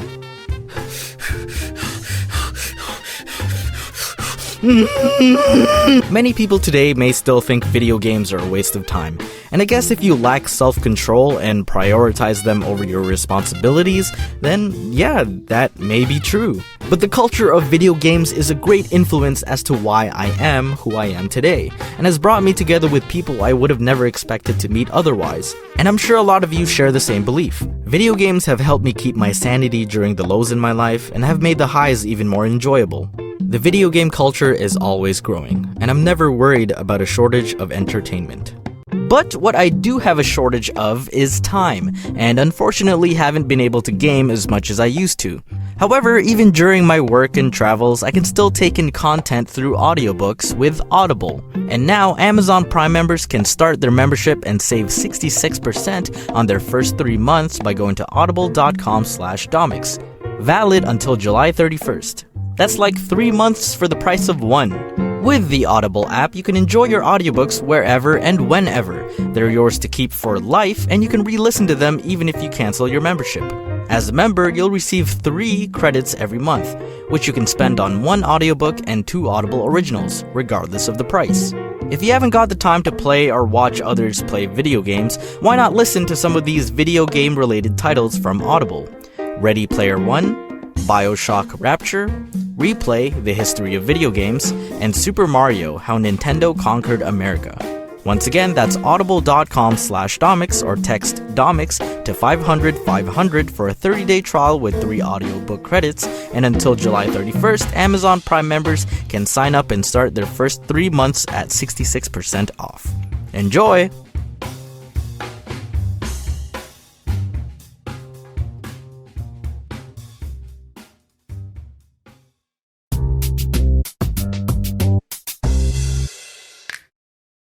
Insecurity is caused by characteristics we have that make us feel ugly, undesirable, envious, and can heavily affect our self-esteem and confidence towards others. There are plenty of things to be insecure about, but not enough reasons to justify them, in my opinion. We simply have things that make us different from the average. As someone who wasn't blessed with the blood of Adonis, I thought I'd share some of my insecurities, hopefully to give it less power over me and maybe give you the realization that it's not so bad feeling different. The first one is probably the obvious one. I am short. I've been short my entire life, and it wasn't until I was around 20 when I finally admitted to myself that my growth spurt would never come. I'm currently 5 feet 2 inches tall and have told people that I'm 5'3", with the mindset that I'm 5'2.5" with shoes on, so I might as well round up an inch. The problem with that is it doesn't matter in the eyes of taller people, because to them, anyone under 5'5" is automatically rounded down to the nearest foot, so I guess to anyone who asks, I am now 5 feet tall. Being short has always affected my self-esteem. Pants didn't feel like they matched my proportions, and men's shoes are rarely in my size, so I never really enjoyed shopping for clothes. I had to accept that fashion designers had to cater to an average that I didn't fit into, which, from a business perspective, makes total sense. Back to the kids section I go. Sometimes people got first world struggles, and one of mine is finding clothes that fit. I always found myself out of league with girls when it came to the dating game, because there's the false notion that all hetero women want a man who's at least a whole story taller than them. I think their reasoning was that they found it cute when they have to travel a flight of stairs to give their boyfriend a kiss, but with most of my exes and my current partner being taller than me, let me remind you to stop dropping this, my short kings. That's right, there's hope for you. Yes, it may seem unfair that the one you're interested in has a taste for colossal titans, but you can't get mad at people for having a type. For every girl that said ew upon reading your height on Tinder, there's probably just as many that said the same after seeing your picture. That's right, fellas, it has nothing to do with height, you're probably just unattractive, and that's actually very normal. Sometimes it just be like that. I've always felt disadvantaged when it came to sports because 95% of them make it so taller people have, well, the upper hand. Not all short guys can be Hinata from Haikyuu. Sometimes we're just short with the appropriate level of hops proportionate to our height. There are things I jump for every day that many of you simply reach for. Basketball was hard, volleyball was hard, and even though I liked track, it was hard seeing that some of my teammates literally needed half the strides I took to do a lap. But I still have fun with sports because there are definitely situations where being smaller has its moments. I have a flat nose, and no amount of daily pinching from my mom was enough to change that. Glasses always felt a little awkward to wear because it doesn't fit nicely on my nose bridge, so I'm glad the daily 15-hour exposure to screen monitors hasn't ruined my eyesight yet. I often had other kids call me pig-nosed while making oinking sounds, and while it felt condescending, at least it didn't extend past that and indicate an underlying appetite for human flesh. You know how much kids love bacon. On top of that, well, more like inside of that, there's my long nose hairs. Well, they're not draping out of my nostrils, but some do manage to peek out. I mean, as an adult, most people I interact with are taller than me, so they don't have the angle of exposure. But again, other kids like to point them out when I was younger. You know, I'm starting to feel like the root of most insecurities are just kids pointing out things about you that don't necessarily need to be brought up. Hey, did you know you have long nose hairs? Oh shit, okay, is that attractive? Does it offend your religion? Are you envious of the fact that the air I inhale better filters out bacteria and lessens my risk from asthma? Well, in that case, thanks, I grow them myself. I've had deep eye bags ever since I was a kid, and it got no better through my years of school, and definitely worsened after discovering video games and getting my own laptop.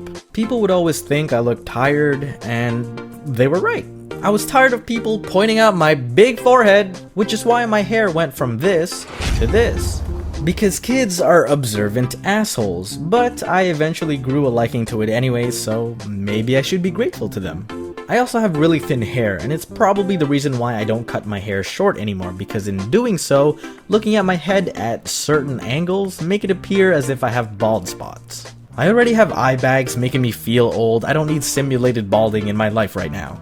Not that there's anything wrong with being bald, I'm just in denial that I'm aging. I am definitely still in my 20s. 2020 never happened, therefore my 30th birthday never happened. I don't consider this one as bad, and I've actually grown to embrace them, but I have feminine fingernails. Or at least that's what people have pointed out. It was definitely just toxic masculinity that made me feel offended about it, but it doesn't bother me now. I am, however, still a little bothered about my knuckle hairs. Well, they're not really on my knuckles. What even is this part of the finger called? What is this part of the finger called? The proximal phalanx. Yeah, what's the point of hairs specifically just there? Why not the middle or distal phalanx? I'm not insecure about them, I just want answers. And finally, I am self-conscious about my perma-erect nipples. Am I allowed to talk about this? Is this flaggable? Any stalagmites in chat? They've been that way my whole life. It is why I avoid white t-shirts, because they're less visible with black and darker colored shirts. And even then, with the right lighting, or I guess the wrong lighting, they cast shadows and reveal themselves, which has probably contributed to my bad posture in the attempts to hide them. If you ever invite me to the beach or a pool party, I'm either staying out of the water with my shirt on, or I'm always iceberged, while I envy the guys with pepperoni toppings. Daddy, look, there's narwhals in the water. Oh son, those aren't narwhals, it's just a short, balding pig. There's a lot about ourselves we can feel insecure about, but I believe it's because we feel singled out, as if being different is a negative. Or you're probably in some toxic relationships where you get gaslit on the daily, but the reality is that there's so many of us alike. We're just as good at hiding those insecurities from people who are insecure about the same things. Besides the tallest person on earth, everyone is short to someone else. Flat-nosed people, probably less at risk of breaking them when face planting. Hard-nippled people, my ice cream coners, my needle-nose pliers, my bugle buddies, where you at? Hello? Team? Lag?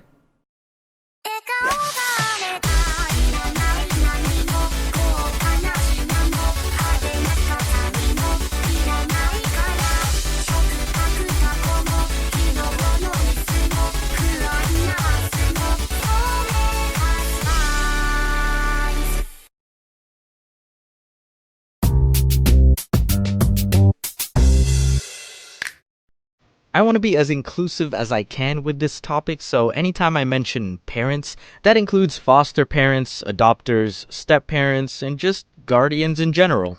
Being a parent is probably the most important job in the world, with the least amount of tangible payout. And I don't mean for this to discourage people from having children, but because of this, I see parenting as one of the most difficult jobs to do properly. What's in it for me to become a parent? Will my kids be obedient or be the rebellious type? Are my kids gonna take care of me when I'm older like I took care of them as kids?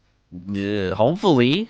Maybe. But as parents, you can't really have the mindset that your kids owe you. Can you imagine if parents kept tabs on everything they've spent on raising you?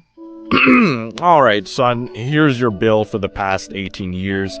I'll give you 50% off the Xbox since I use it too sometimes.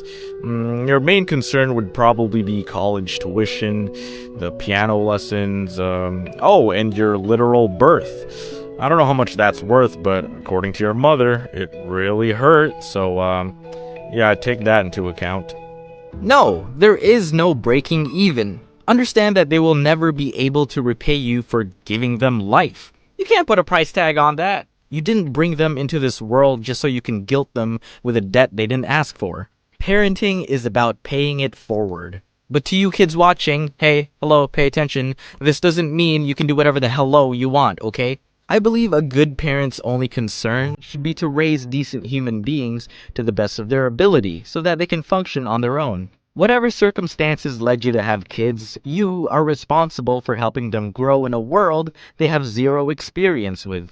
And who better to trust than the people who've been around longer than they have? Sure, kids can be capable of self-learning, but it doesn't hurt to give them a cheat sheet of things you've learned growing up yourself. And because kids are very impressionable, it's up to you to set a good example for them. Kids often have no choice but to trust that your beliefs and teachings are correct and universal, like cereal first, then milk. Come on. I was at the airport one time waiting at my gate for my flight, and I sat beside this family who had a small daughter. She was getting very restless because the flight wasn't for another hour. Her mood was understandable. I mean, I was bored too. The difference between us is that kids her age likely haven't fully grasped the concept of patience and often need to be doing an activity at all times. She didn't have anything to distract herself, so what else was there to do than bother her mom about why she can't just command the plane to come quicker? But Mama wasn't having any of it. She simply told her to shut up and threatened to smack her back. Not her backside specifically, but a reciprocal smack because the mom was getting smacked first. Anyway, it worked. Okay, look. I understand. Kids are ignorant. They can be annoying. But retaliating like that may cause her to stop for now, sure. But it's also influencing her to believe that that's the correct way to solve all problems. Oh my god, a fire! It's okay. Don't worry. I have a torch.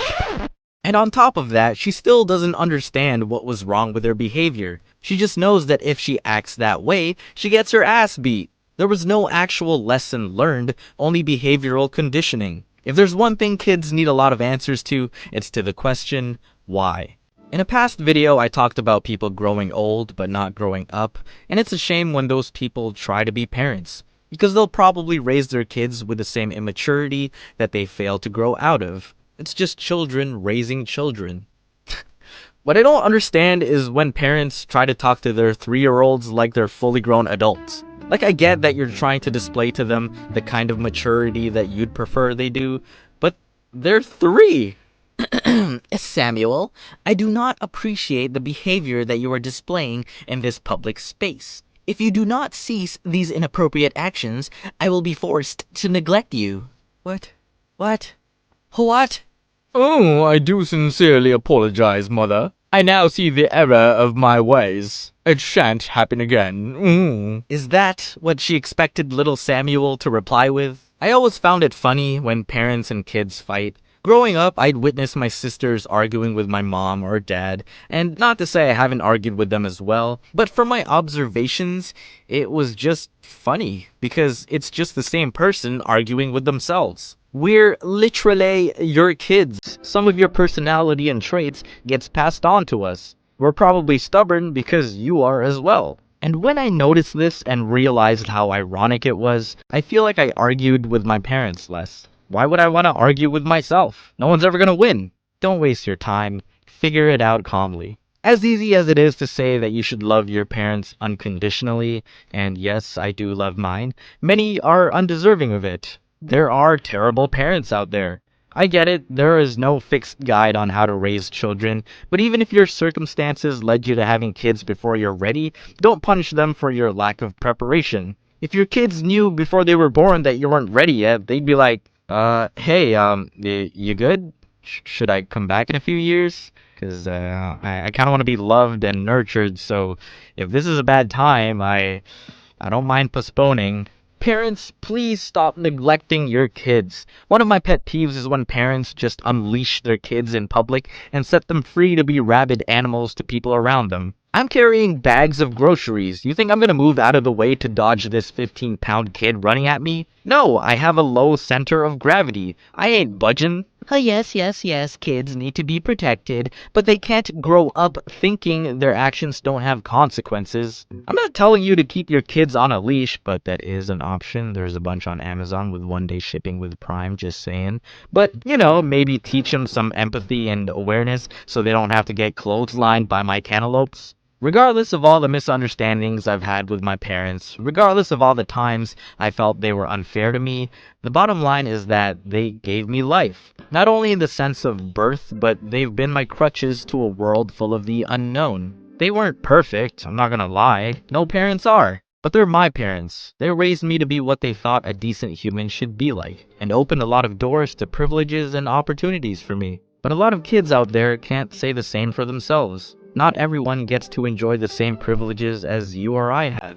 If you're even able to watch this video, that's a miracle to some kids. And wouldn't it be great if we all had similar chances for the same opportunities? On the 18th of August, I'll be taking part in the ANCOP Walk at David Peacock Square in Toronto.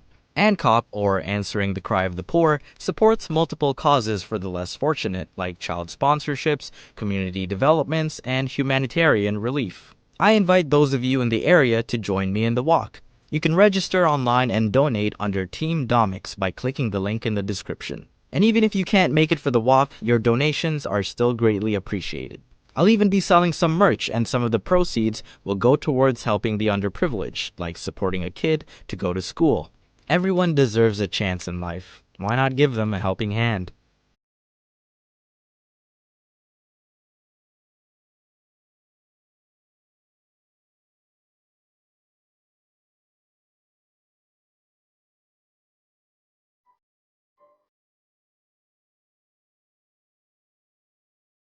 This video has been brought to you by NordVPN, the best VPN available. Head over to nordvpn.com/domics and use the code DOMICS to save 77% off a 3-year plan.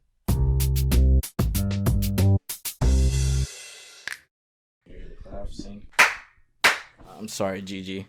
All right, hello everyone. This is gonna be a different episode. It's not really a hypothetical. We just felt like talking. You know, I'm here in California right now. We're staying at Jamom's place,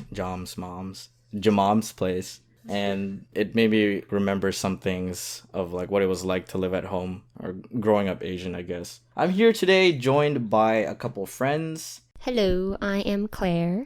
And I'm Elboy. This is Jom. I'm sure we all have no slippers in the house. No slippers?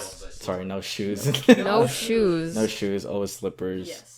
Yeah, do you have that basket of slippers at the front door? Yep. When people come over, we always offer slippers. There's just an abundance of slippers. My issue with slippers is I end up walking outside a lot on accident with them on, so it defeats the purpose of having slippers. It's like, oh, I gotta get my mail, it's outside. And I don't think about it, I just walk out. And then I was like, well, now my slippers are dirty. What different are they Now than these shoes? are outdoor slippers permanently. Do you ever have white friends that go to bed with shoes on? You actually knew people. Yeah, I had friends do that. First, I was visiting his house and he just laid down on his bed with his shoes. Like, why though? This So dirty. it's like what's the urgency that you need to have your shoes on at all times? But it's like the opposite for them. It's like if I come into the house and I try to take my shoes off, they're like, no, just keep your shoes on, dude. And I probably feel safer that way anyways if I wear my shoes in there. From an Asian family, we don't really do allowances. I never understood that. I didn't either. Like when my friends were like, yeah, I get like $100 a week. Like for doing what? You know, for existing. Like, so I asked my parents, why don't we get allowance? They didn't know what that meant. I was like, what's an allowance? I got allowance. Oh my god. What? But the trade off was I had to do all the chores in the house. So you're just getting paid. But my allowance was like $3 a week. Oh. That was my allowance. That's child labor. That's child labor. One of my main methods of gaining money as a kid was when I picked white hair from my parents' heads. What? And then they gave me money for each one I plucked out. How much did you get? It started off like a quarter for a hair, and then went down to like 10 cents and 5 cents, and then went down to just like a penny. And then they got older, and obviously they got more hair, and then they realized, oh, this is not a good model because I'm gonna get bald. So then they just started dyeing their hair, and they don't. Food eating etiquette, yes. I mean, what you just learned with John's mom, right? Like, if you eat real fast, they'll be like, "Oh, you must really like the food," so they just like dump more food on your plate, and then you're just like sitting there full. Exactly. Yeah. So the trick is you just eat really slow. I learned now. Yeah, we usually just have like a bowl of rice or whatever, and we have like all the side dishes in the middle. No one's gonna force you to like get more rice or like get more of this. If you're done, you're done. Yeah, and Koreans like they will keep feeding you until like they're tired. It's not a question like do you want more? It's like, oh, you want more, and they just give it to the you. do is silent in your sentences. Just for my family, I don't know about you guys, but every time when I have a friend who invites me for like dinner, like parents are always like, oh, you have to bring something nice, you know, bring this wine bottle that we've been like saving up for like the past 5 years. Yeah, I invited you to I think it was the New Year's dinner, and then you brought, what was that, like the bird's nest? Yeah, I don't even know what it is. Apparently it's supposed to be really healthy. The bird spit soup thing? Yeah, like you gave it to my parents. The instructions were in Chinese. They're like, we don't know how to eat this. I'm like, okay, I'll ask Claire. And you're like, I don't know how to eat this either. My parents just told me to hand this over, and I did. Yeah, your mom makes a lot of leftovers, and that's like the mindset my family grew up with. Like, we always either make too much food because they want to bring it for lunch, like to work the next day. We call it baon. I don't like wasting food. That's why we have a term for when there's like a little bit of food left and you gotta eat it clean. It's called simot. I mean, kill it. Yeah, kill it to the speck. There's like a Chinese saying, like every speck of rice in your bowl is like that's gonna be on your lover's face or something. Lover's face? Why? Or your like husband's or your wife's face. Like it'll like turn into something bad. So if you don't finish your food, your wife becomes ugly? Yeah, like something like that. Yeah. Because it's generally known that Filipinos have like flat-ish noses. So like when every morning, like instead of just saying like wake up, my mom would just walk into my room and just pinch the bridge of my nose. I'm like, what's happening? I was like Captain America, super soldier serum all the time. I had a new liquid, a new pill all the time. Every morning she would like pat my legs down and stretch my legs out, try to make me as long as possible. And I'm the tallest person in my family, so. And it worked. Like, did you guys have to take the Chinese medicine stuff? Like, you go to like the old Chinese doctors. They have a bunch of drawers with like deer antlers and bugs. And they're like, and then you go there, you're like, I want my kid to be taller. They're like, all right, I got you. And then they're like, get all this like weird stuff. Make a drink. A potion? Yeah, like they'll make a potion. And it tastes disgusting. Liquid chimera, basically. Yeah. I'm glad I didn't go through that either. We call it hanyag. I think like Koreans are obsessed with medication that makes you taller. I guess that's true, because like all the Koreans in my high school in Freedom like were super tall. I was in between two Koreans, Pak and Park. Pak and Park. Yeah, so I was like in between them, and like freaking graduation, it was just like a tall ass Korean, and then me, and then like another tall ass Korean. What about clothes? My mom always just steals my clothing, especially because we're like about the same height. Like, I would just go home, like, after, I don't know, university. I have, like, a month off, and I visit, go into my closet, find, like, 10 things missing, and I look over at my mom, and she's, like, wearing the exact sweater that I wanted to wear. Does she do the thing where it's, like, when she's buying you a gift, she's buying it with the intent that she's gonna wear it too? You guys have to, like, do tutors and stuff? Tutors? Well, I did Kumon. Where I grew up, pretty much every kid had a tutor every day, and it's, like, for every subject. If everyone has a tutor, what's the point of going to school? There is no point in going to school. We learn so much more. But then all the teachers at school are like, man, you guys are so smart. Yeah, the teacher's like, oh man, all these kids are so smart. It's like, no, we just have a lot of tutors helping. No, I just go to school twice. We had like math tests and stuff, right? This is back in China. And I think I got like a 96. And then my mom was visiting from Canada, and the teacher called me out and had a meeting with my mom. And she's like, so this is your daughter's grade. And then my mom looks at it. It's like a 96. And she's like, oh, this is pretty good. And she's like, nah. That's the lowest mark in our class. That's the lowest mark. Frick. You get like the... We had like that check mark system. You get like a check mark or a check plus, check minus. Oh, yeah, like that's it. And then if you get the check minus, it's like devastating. You're like, oh no, I'm doing bad. A minus. Let me just edit that into a plus.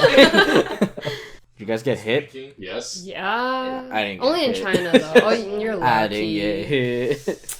I got hit verbally, and that was like verbally. I got both. They made us write letters of apologies, like if you get sent to the principal's office. I wonder if like principals actually read that. Mine definitely did, because he would read it and then he would like show us our mistakes as we're writing. And I was like, oh. So they critique your apologies? Like, yeah, oh, I'm already sorry, you man. spelled this wrong. Take the damn apology, holy crap. There was this one time in high school, I was in my social studies class or something like that, and I was just sitting there. It was a really boring class. And then Gabe kicks the door open, right? And he, my friend Gabe, he kicks the door open, and he's like, ma'am, I need John right now. So she looked at him like, okay. Or he's like, what do you need him for? And he's like, it's an emergency. So then I walked out the door. I was like, dude, Gabe, what's wrong? Did something happen? What's wrong? And he's like, dude, I just got you out of class. Isn't that sick? I was like, oh, and then, like we just left, and then we just went to go hang out to school's over.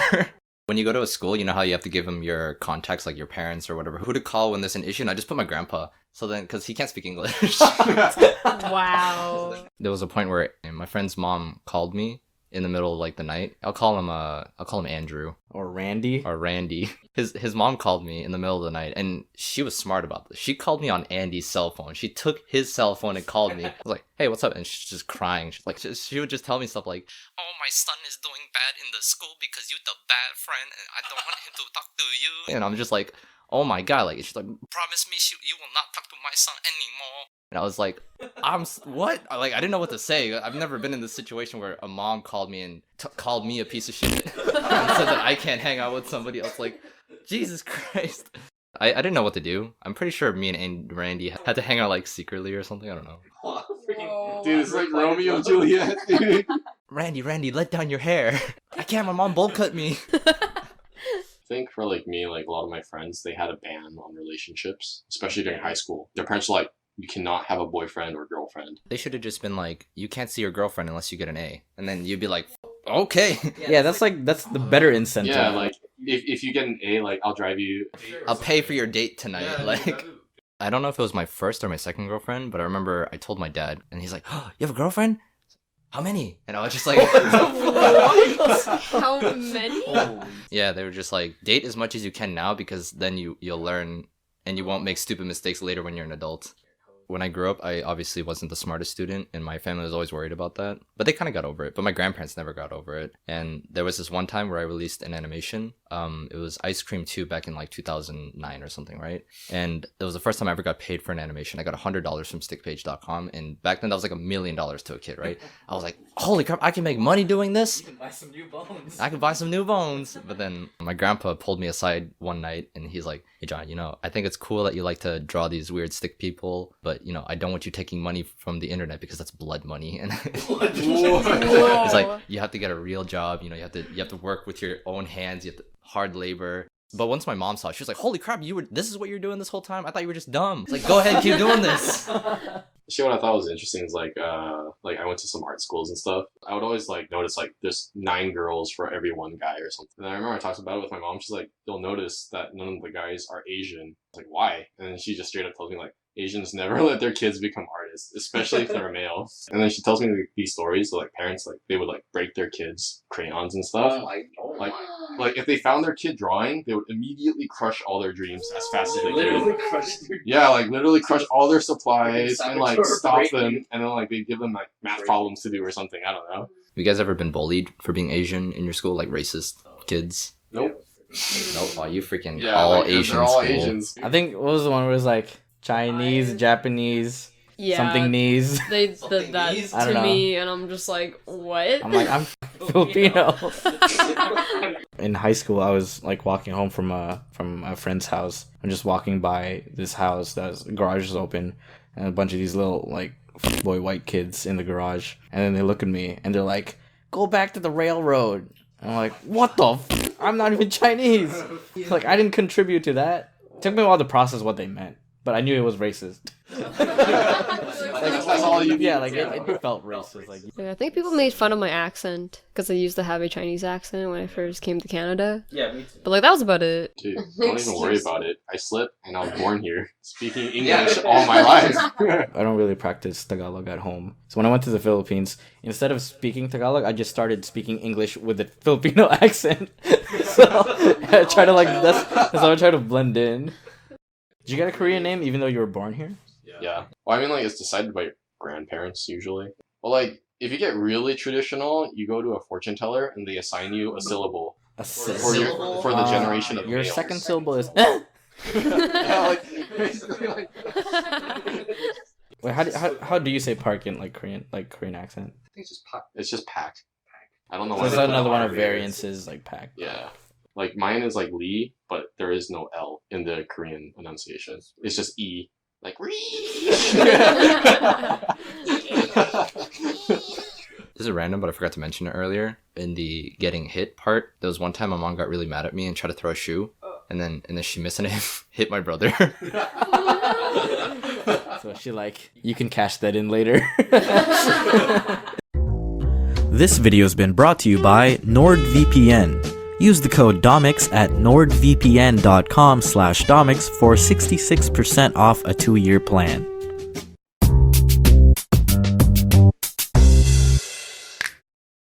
With all of the videos I've made about driving, and my complaints about other people's abilities behind the wheel, you'd assume I'm a pretty good driver with no record.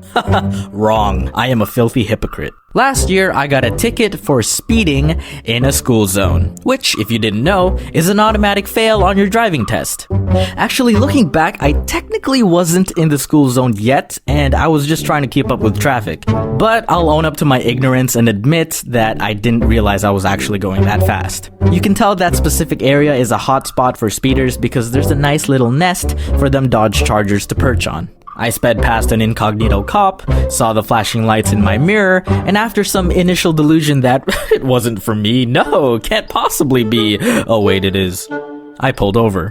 Now, I got my driver's license when I was 21. Might seem a little late to some of you because you probably started driving right when you hit puberty. I know, you don't need to tell me. You're probably 5'11" at the age of 13 and feel the need to remind me that I'm short. I know, you don't need to tell me. But do know that I was a university student who commuted every day to school in a city where it's a nightmare to drive. So the only times I could drive was during my free time on the weekends, which was usually non-existent. It wasn't worth paying insurance to be an inactive driver. But I eventually got a part-time job and decided on getting my G2 soon after my 21st birthday. And for the next 6 years, until last year, I was never in an accident nor ticketed for vehicular misconduct. And then I went 80 in a school zone, which is an unacceptable amount past the 40km/h limit. As competent of a driver as I believe to be, I probably deserve that ticket. The cop gave me the whole, "Do you know how fast you were going?" spiel, and I was nothing but cooperative in the conversation. "Officer, I was going so fast that you're not even speaking to me. This is just my after image." He asked for my license, insurance policy, and proof of ownership. Cool. Here's my license and my insurance policy. And let me just get my other document from the empty glove compartment. Why are my documents not here? Oh yeah, that's right. I recently got my car detailed and took everything out and forgot to put it back in. Sir, are you aware that your policy expired a month ago?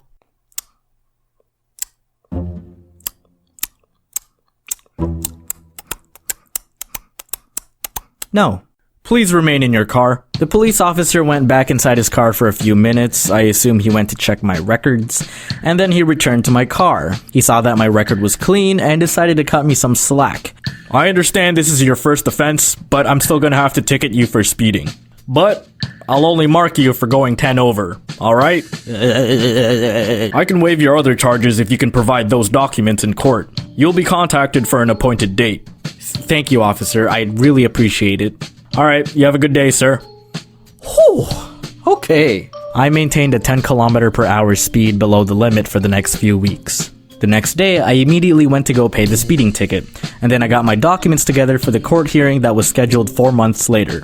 And so I waited for the date to arrive. As it approached, I remember working on a video deadline and staying up late one night. The court hearing was the next day at 10 a.m., and I remember contemplating whether to just stay awake for a few more hours until then. I spent too long thinking about it that I was already on that path. But somehow, I didn't make it for 10 a.m. I didn't make it to 11. In fact, I didn't even wake up at noon. I somehow fell asleep and woke up at 4 p.m. Holy shit. I jumped up from my bed so violently that I ended up on the roof of my condo building. I didn't know what to do. I looked up the number for the courthouse and called. Voicemail said they were closed. I checked their hours to call the next day. They were closed on weekends. Oh my girth. I remember reading in the letter or somewhere that if you are absent without informing the court prior to the date, the judge can issue a warrant for your arrest. And I know it was just a speeding ticket with failure to provide some documents, but I panicked. I called 911.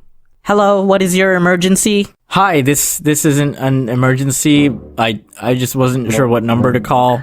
Someone probably got murdered because I occupied the line. I explained my situation, and although I could feel how much of an idiot she thought I was, she was helpful and explained my options, which were nothing. I simply had to wait for Monday to call the court again. And when I did, I was informed that not only was I absent, but so was the officer that ticketed me. And I believed my charges would have been waived if I was just there, but because we both weren't, they rescheduled the hearing. And you bet your gas hole I didn't sleep in that time. They usually group a couple hearings together because many are short and get resolved quickly.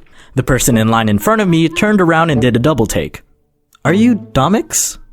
What an inconvenient place for a fan to recognize me. I could probably just lie. Yeah, that's me. I'm just here for a speeding ticket. How about you? I ran a red light and killed a family. I'm just kidding, but I remember it being more serious than a speeding ticket. Anyway, the police officer that ticketed me came into the room and approached me. He seemed almost hospitable with what he told me to do and say once my name was called up, and assured me that I'd be okay. I mean, I knew my offense wasn't that serious, but he kinda seemed like a bro for making sure things went smoothly. I don't know, maybe it was just me. Mr. Punjabab? That sounds awfully close to a butchering of my last name. I sure hope someone in here is actually named Punjabab.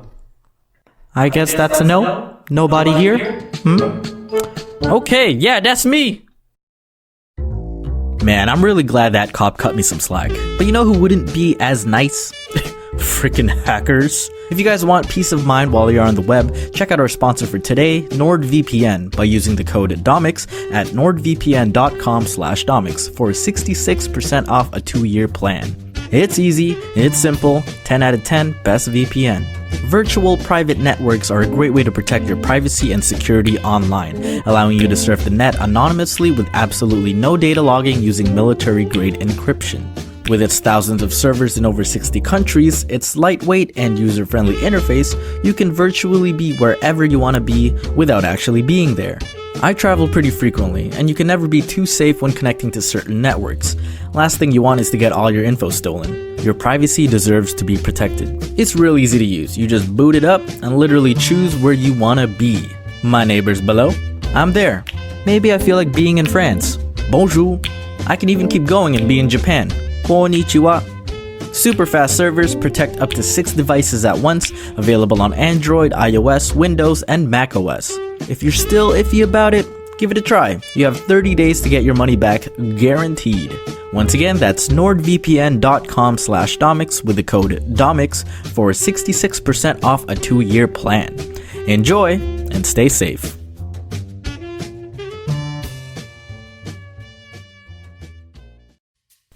Hey guys, this video has been brought to you by NordVPN. Use the code Domics at nordvpn.com/Domics for 75% off a 3-year plan with a free extra month.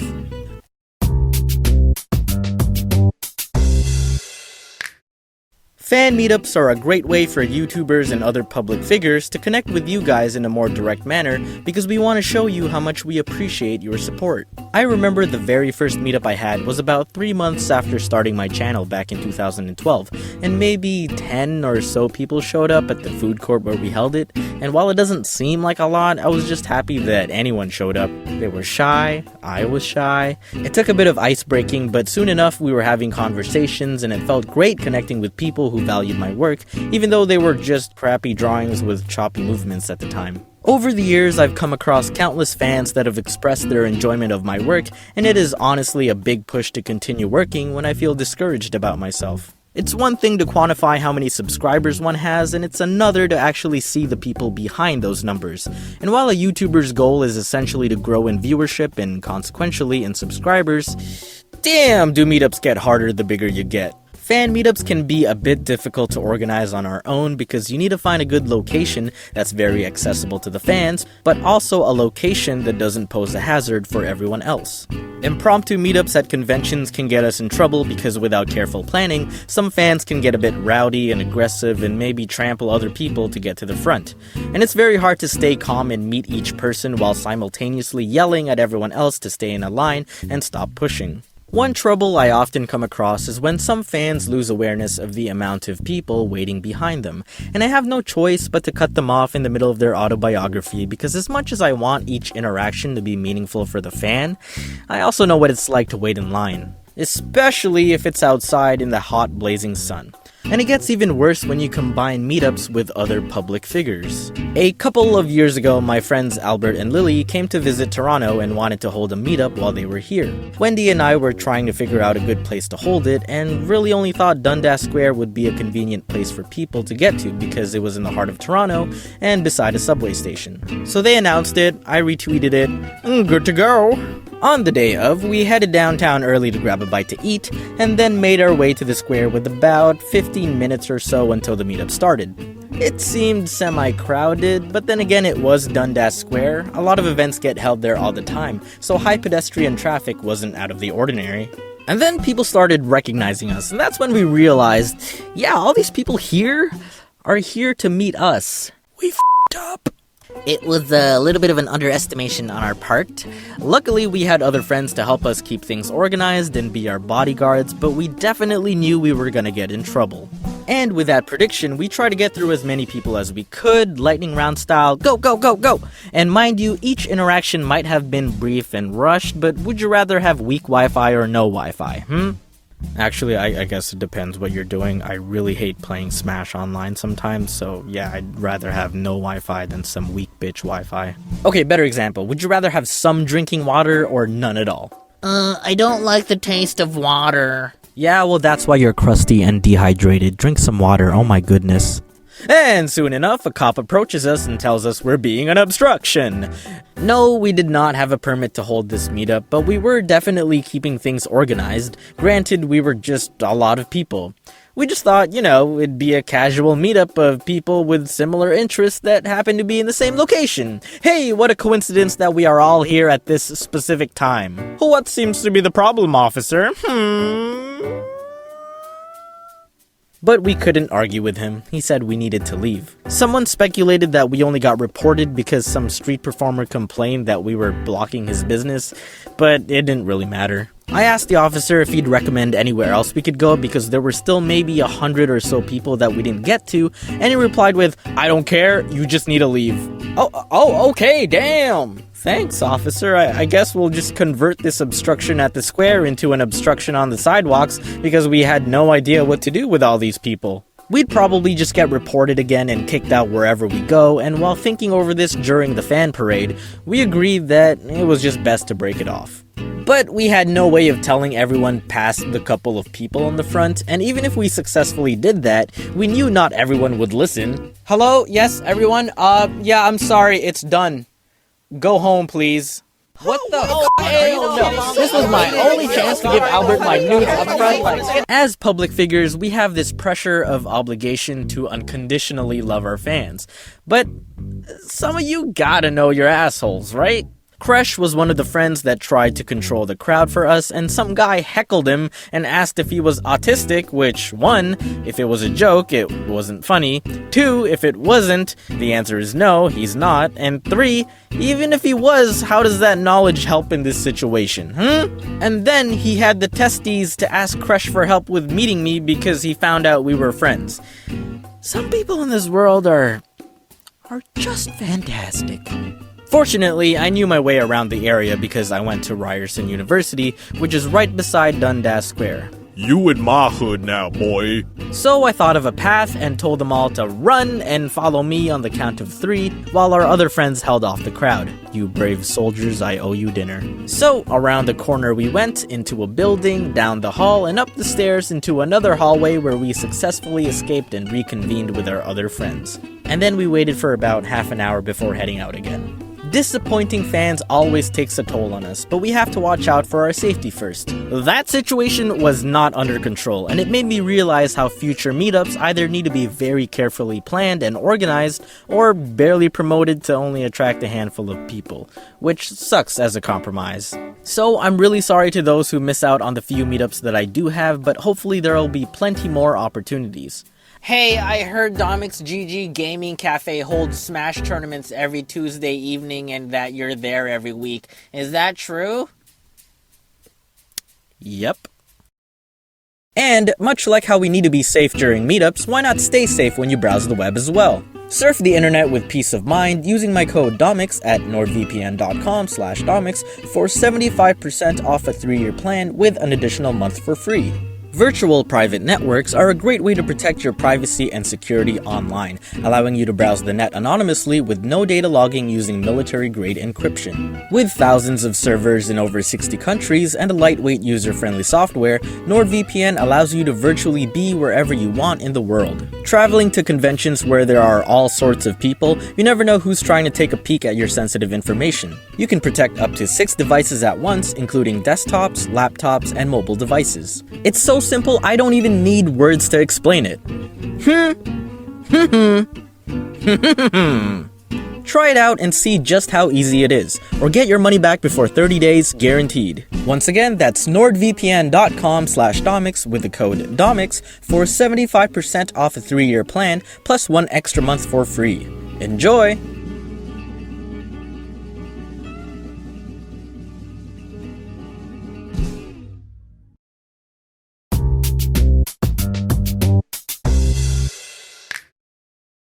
I frequently insert the fact that I went to architecture school pretty often in my videos, to the point that it's probably boastful to some of you.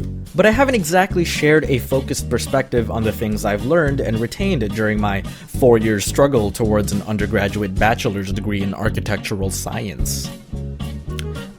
You're doing it again. Doing what? You didn't have to specify that whole last part. It feels like you're boasting again. Oh, yeah, well, you know, it's more like filler words to make it feel like the video is longer and has more content than it actually does. Kinda like trying to reach the word quota in an essay, you know? Oh, I get it. So it's like trying to reach the 8-minute mark in a YouTube video so it can qualify for mid-roll ads. Oh, no. It's not like that. It is that. He's right, I boast a lot about having graduated university, but really, I don't have much to show for it. This degree doesn't mean anything. I don't even know where it is. It's somewhere at my parents' house. It neither represents my accumulated knowledge nor my passion for architecture. It merely serves as a reminder of how many years I can endure hating myself. True, it has been almost 10 years since I graduated, so it's natural that I forgot a lot of what I learned, but even at the year of, I didn't really have confidence with my knowledge in pursuing the field. When I chose to full commit to YouTube and content creation, I naively thought to myself, if I totally bomb this and I make like 10 cents a month, at least I have architecture to fall back on. But really, it was more like, please let this work. I don't want to do architecture. I hate it. I want to make dumb animations, please. Architecture wasn't really plan B. It was more like plan L. So when I say I truly appreciate your support of my work and allowing me to self-sustain from my videos, I really mean it. Thank you all. That's really awesome, Dom. Thanks. So, how much did you retain from architecture school? Oh, let's see, 1, 2, 3, 4. Well, I cried at least 17 times. I remember one of the first lectures we had, our prof shat on all of us for not knowing what this structural element is properly called. Anyone know what that is? Right there, in the middle of the room. What is that called? Yes. A post? Nope. A pillar? Wrong. A beam? A vertical beam? No. One more try or I feed my shoe to one of you. A structural vertical beam? A column. It's called a column. How do you guys not know this? You're in first year. God. So, for the rest of my life, due to being ridiculed, I will know to call this a column. Boy, I'm sure glad my tuition paid for someone to make fun of me for going into a program to learn about things I wasn't knowledgeable about. The biggest lesson I've learned in what makes a good building design is form follows function. The nature of architecture is to design based on the human experience and how people interact with the space. The overall shape of the building should be directly corresponding to the intended function or purpose of the spaces within it. If you design a building shaped like an origami paper crane and presented it to a professor for a critique, they will calmly tell you it is garbage and then spit on your grave because you are now dead to them. Even though seeing a paper crane building might seem cool and Instagrammable, when you think about it, it likely fails as a building. You've got awkward corners everywhere, making awkward rooms for people to fit into, which means a bunch of wasted space and wasted construction materials and costs. And what is even going on up here? Is it just a tall, empty space, or are there awkwardly shaped single rooms that shrink every story until you get to the sniper tower? How do you even get up there? Standard elevators don't move diagonally, and stairs aren't gonna fit nicely without the engineers wanting to put a bounty on your head for this complicated design. Simply put, if it's annoying to build, it's probably a bad design. While a paper crane may be used as inspiration for a design, there is much more to architecture than just cool visual concepts. There is this museum in Toronto called the Royal Ontario Museum, the ROM, and all of my professors, collectively and unanimously, shit on the ROM every chance they get. It looks like this, and you might be thinking, oh, it's kinda cool, right? It's got some very unnatural shapes, and it's interesting how it superimposes on the surrounding structures to elaborate the distinction between the old and the new. It stands out. Very touristy. But that's all it did. Stood out. Once you go through architecture school, you never look at buildings the same way ever again. You know how much my profs hated the ROM? They took us on a field trip to the ROM to shit on its design during the tour. Wow, look at all these awkward corners. Wow, look at all this wasted space. Wow, look at this useless hallway that leads to a dead end. Wow, wow, wow. They were brutal, but they were right. Some people might feel like square and rectilinearly designed buildings are basic and boring, but really it's those kinds of spaces that we usually feel the most comfortable in. What the hell are you gonna do with a spherical room?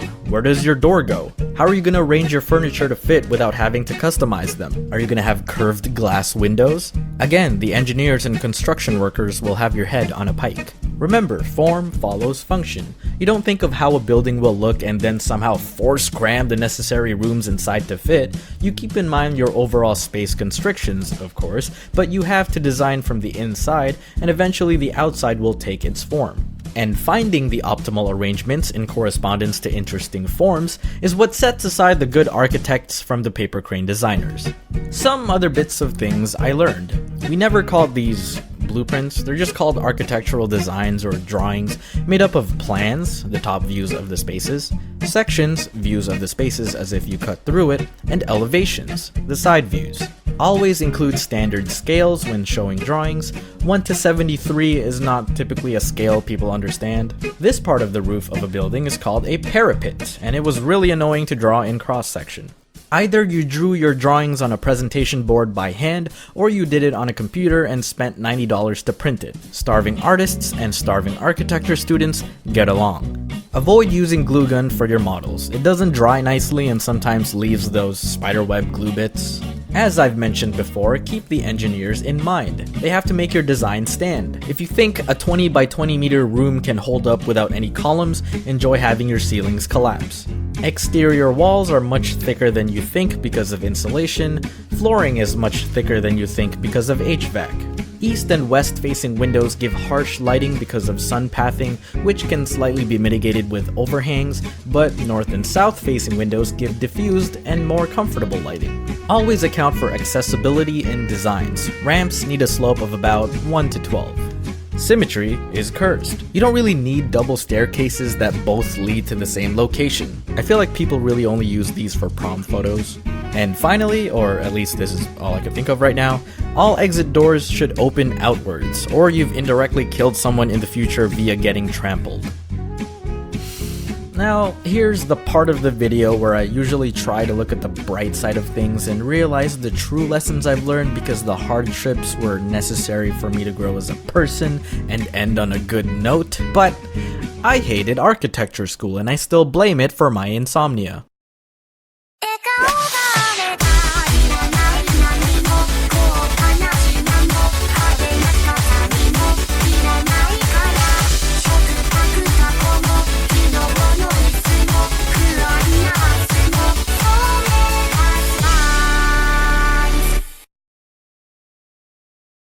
Hey ya guys, want to treat yourself this holiday season with some online safety? Use the code Domics at nordvpn.com/Domics for 75% off a 3-year plan, and for a limited time, also get an extra month for free. Hey!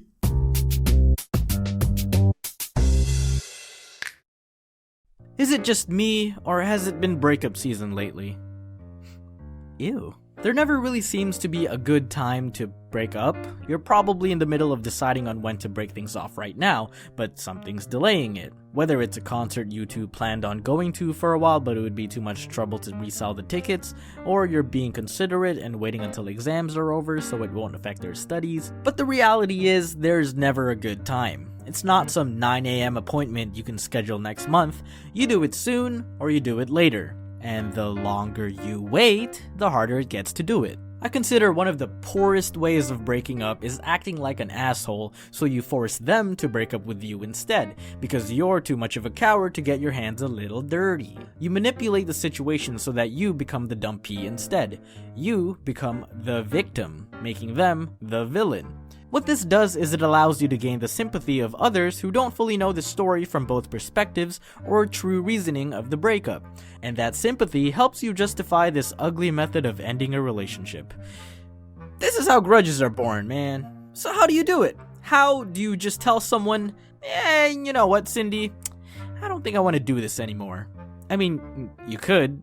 Best case scenario is they mutually agree with you, and it's a clean transaction. You both admit you don't see things eye to eye, you don't have the same sense of humor, her father's racist, or you're just staying together for the sake of being in a relationship and not because you're actually in love with each other. But let's say you two aren't on the same page. It's way more difficult to convince the other party to comply with your decision. While my past video, You Should Probably Break Up, focused on the red flags in a relationship, I want to talk more about the inevitability of some relationships ending. These are the couples whose red flags they chose to ignore in the beginning, or partners who've just matured separately and have become different people, proving to be incompatible with each other. Things aren't always in our control, and that holds true for people's mindsets when being in a relationship. Most people don't really plan ahead when starting their commitment to a person. They don't usually decide right away that, yes, this person right here will be my fully committed partner for all eternity, including future incarnations.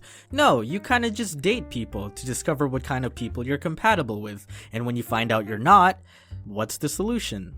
You break up! A lot of people who have fallen out of love and remain in their relationships choose to stay because, to put it simply, it's comfy. There isn't really a catalyst for a breakup, no one cheated on anyone, it's just been a slow burn over the years about little things that added up. But you've invested all this time into each other's lives that it's just too much trouble to cut ties and deal with the aftermath. You live with each other, so how do you decide who moves out? Who keeps the dog? Your friends and family have known you two to be inseparable, so it seems beyond impossible to imagine you two breaking up.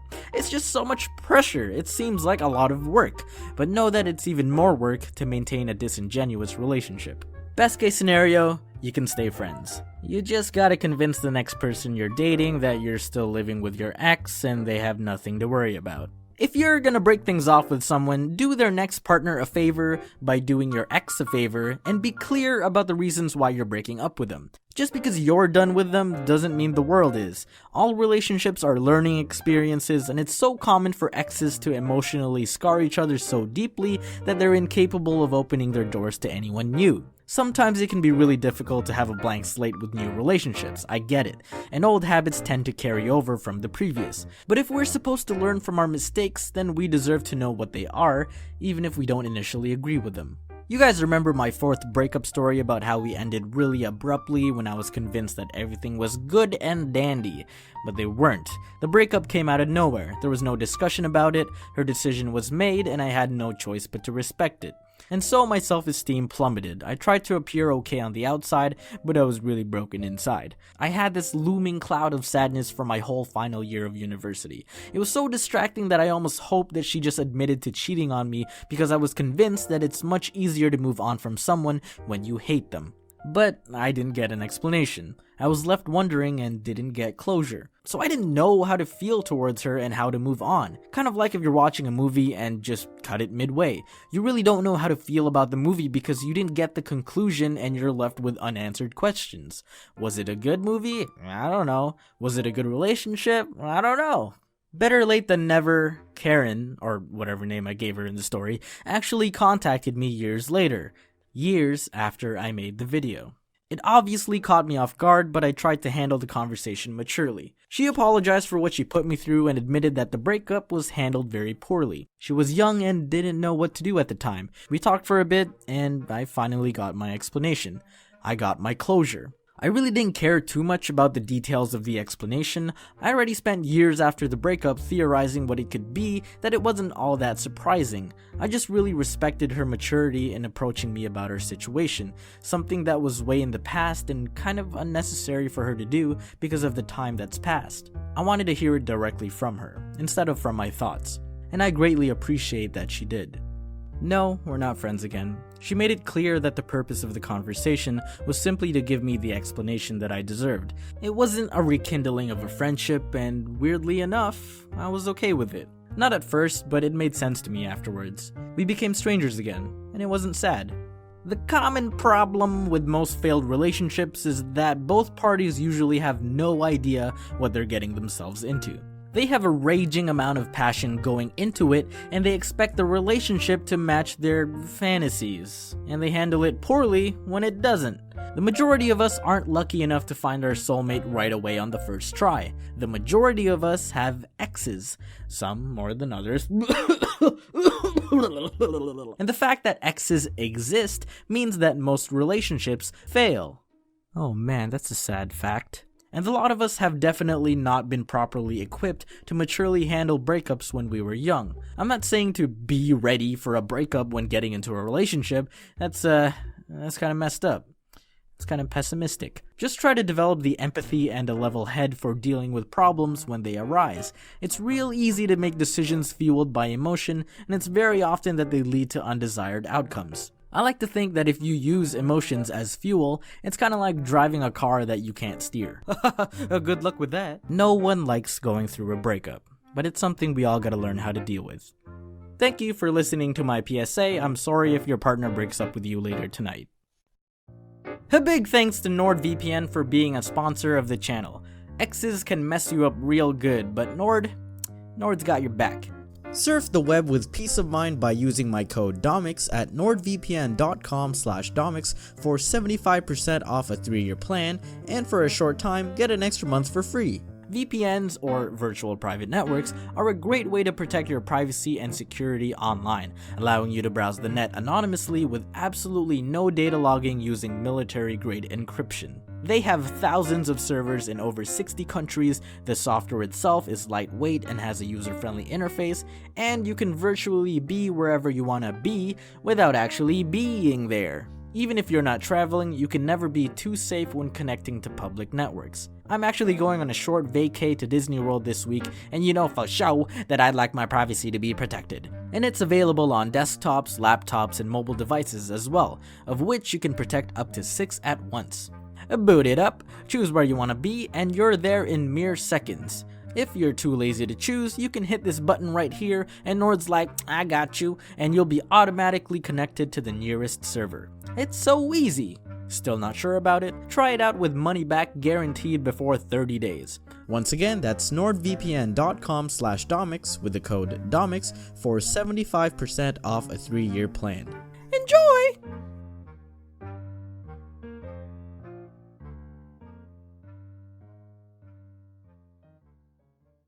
Hey guys, just want to let you know that I'll be in the LA area for the next 3 weeks for VidCon and Anime Expo. And also to check out audible.com/Domics for a 30-day trial and a free audiobook.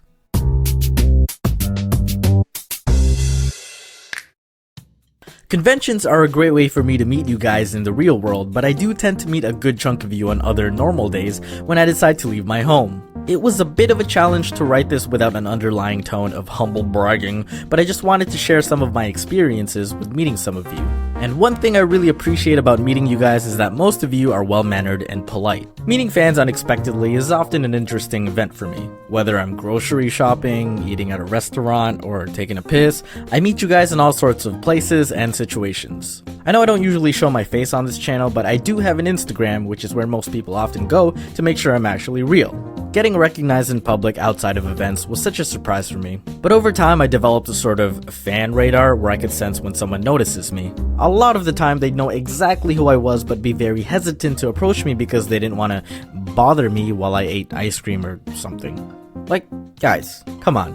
I'm gonna say right now, if you see me and I don't look like I'm rushing somewhere or helping a woman give birth, just come and say hello. If you can take time from your day to watch my videos, I can take a minute to talk to you and take a picture if you'd like. Other times I'd walk by a group of people and one of them would do a double take at me and then start whispering to their friends, and all I'd hear are murmurs of, "Is that Domics?" Who the hell is Domics? Yeah, that's definitely Domics. No way! What's he doing here?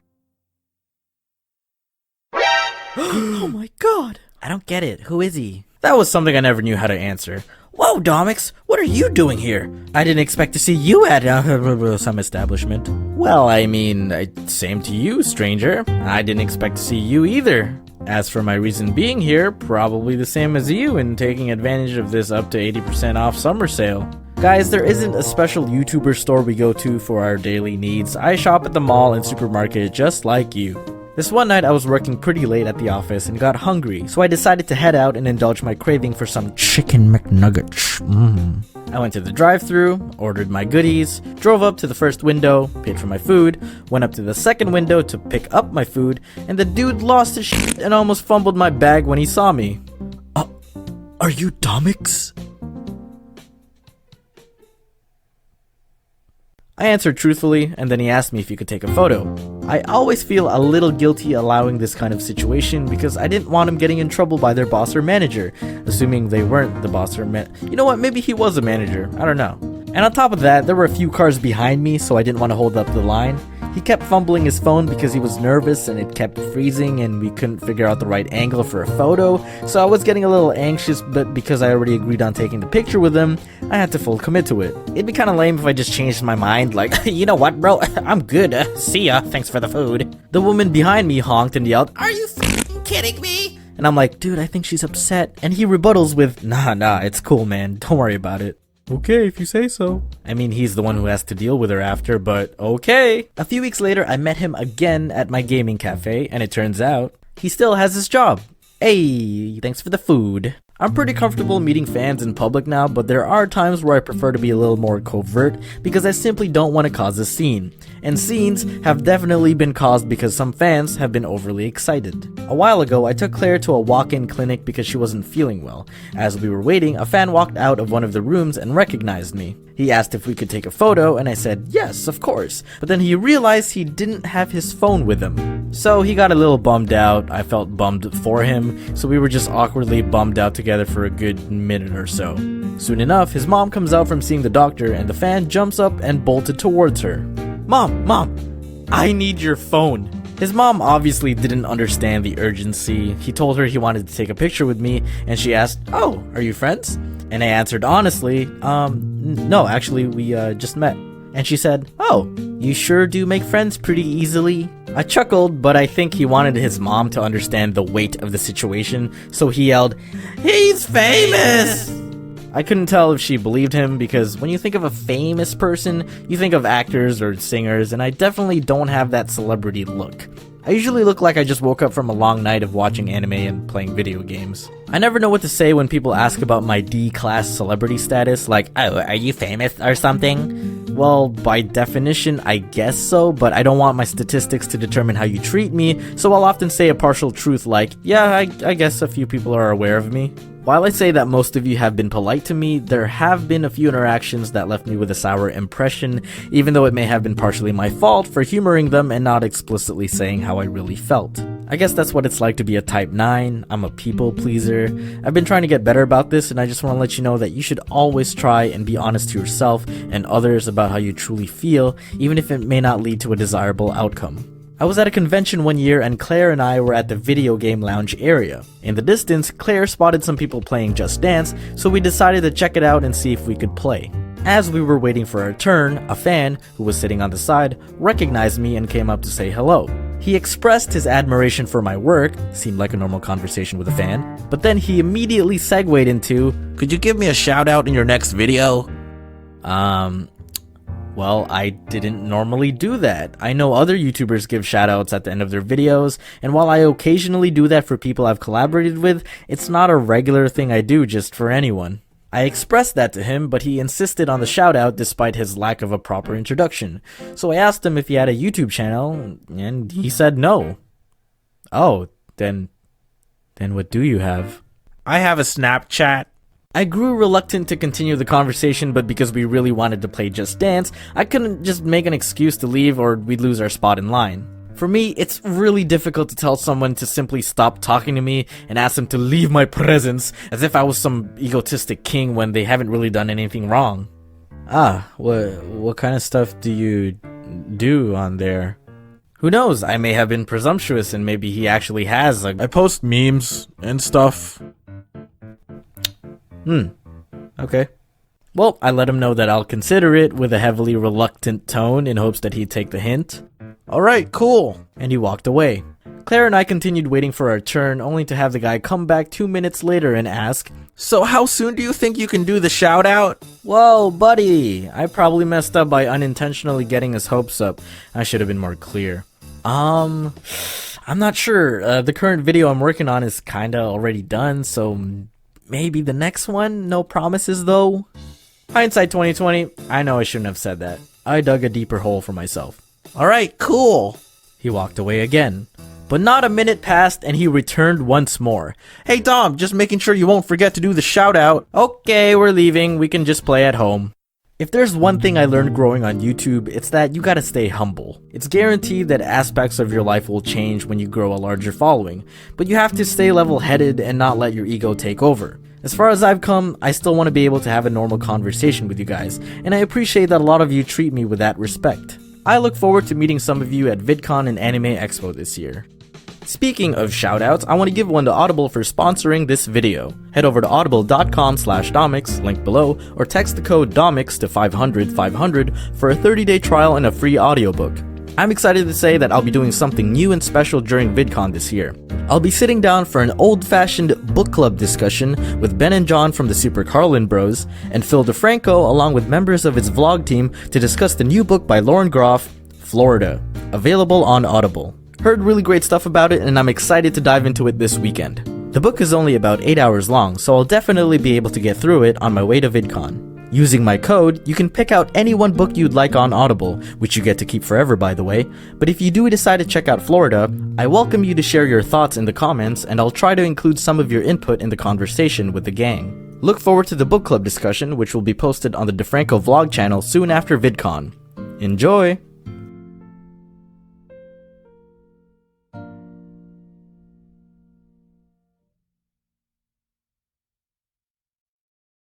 Hey guys, this video has been brought to you by NordVPN. Use the code Domics at nordvpn.com/Domics for 75% off a 3-year plan with an extra month on the house. I'm sick.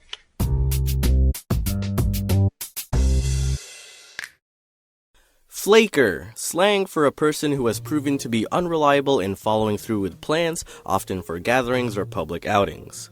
Can also be used as a verb, to flake, abandon plans with little to no notice. Look, before I talk about flakers, I'm gonna level with you guys. I've been there, okay? As a flaky, but also as a flaker. And you don't want to admit it, but you're probably one yourself. We all have at least that one friend who just can't seem to commit to plans, or claims they're so down to hang out, but the moment you invite them to anything, they're suddenly off the grid. It's me. I'm that friend. I have no friends now. There's also the friends who you try to make plans with who give vague answers about their commitment to the plan. Hey, did you eat yet? You want to get food later with Ben? Yeah. Yeah, you ate, or yeah, you coming? Left on red. And then later that night when you're already out, hey, sorry, I had to do some errands with my mom. But I thought she's in China right now. Yeah. Are you in China right now? Yeah. Here's the thing with these kinds of flakers. They enjoy the mere fact that they are considered when making plans. It hypes them up because they are being included. They feel their company is desired. And of course, feeling like you're wanted is amazing. But they might not necessarily be that excited for the activity at hand. They just like being part of something. Because they know an activity or event is happening, they suffer from fear of missing out, or FOMO. So they give a premature agreement to the invitation without necessarily the actual intent to follow through. Well, why don't they just say no to begin with, you might be asking? Because to them, giving a flat-out no is too rude. Saying no means you're unfun, and flakers don't want to seem unfun. They want their invitee to feel like their thought to include said flaker is greatly appreciated. Even if they aren't fully committed to go, they want people to believe that they gave all of their efforts towards trying to be present. But it's a load of bullshit! They'll try to give an excuse that steers the blame away from them and frees them from being accountable. I think I just over-explained the definition of excuse. But they trust that their friends are reasonable and forgiving and wouldn't push for any further explanation, so there usually aren't any consequences. Unless, of course, the excuses keep happening. Sorry, I was up late doing work and I slept in. You're unemployed. Sorry, I just remembered my essay's due tomorrow. You dropped out 2 weeks ago. Sorry, I'm broke. You watched Infinity War in theaters 6 times. Sorry, there's 2 millimeters of snow outside and I don't have winter tires. Oh yeah, definitely, no worries. Your safety and inability to drive in such a natural disaster excuses you from missing my birthday. I hope you enjoy Infinity War for the 7th time, you son of a bitch. And then you have the trump card of many flakers who still live at home. Sorry, my mom said no, sad face. And they know how foolproof this is because you can't really argue with anyone's mom. Mothers are the ultimate gatekeepers. They are literally your gateway into existence. Flaking has become so easy in this generation because of technology. We can hide behind the safety of a screen and just become ghosts on command when it benefits us. But the disadvantage here is that if you do decide to flake, you better not be posting on social media about anything else other than lying about sleeping early because you value your health and want a good sleep schedule. Bullshit! Look, I get it. Sometimes things do come up and you can't make it. Sometimes your excuses are sincere. But you need to be careful when people start catching on. People can see patterns and also your Instagram stories. You can't keep living the FOMO life and cry wolf forever. If you really value your relationships, you need to make time for the people you care about, because they've cared enough for you to take time out of their days. And like I've said before in a past video, time is the most valuable currency we have. It's a one-way transaction and there are no refunds. If you end up wasting people's time, they're gonna stop investing in you. And don't confuse flakers for busy people. Actual busy people will tell you ahead of time or upon being asked that they are unavailable. Oh cool, thanks for telling me. Now I know only to reserve 5 seats instead of 6. Flakers will ask you to save a seat for them and then take a nap for the rest of the day. Busy people will tell you, sorry, I have work during the week. Does Saturday work for you? Flakers will have work all week and then tell you they're free anytime. Busy people will have a New Year's resolution to go to the gym 4 times a week, but only manage to go twice a week. Flakers will go once using your guest pass and then never get membership.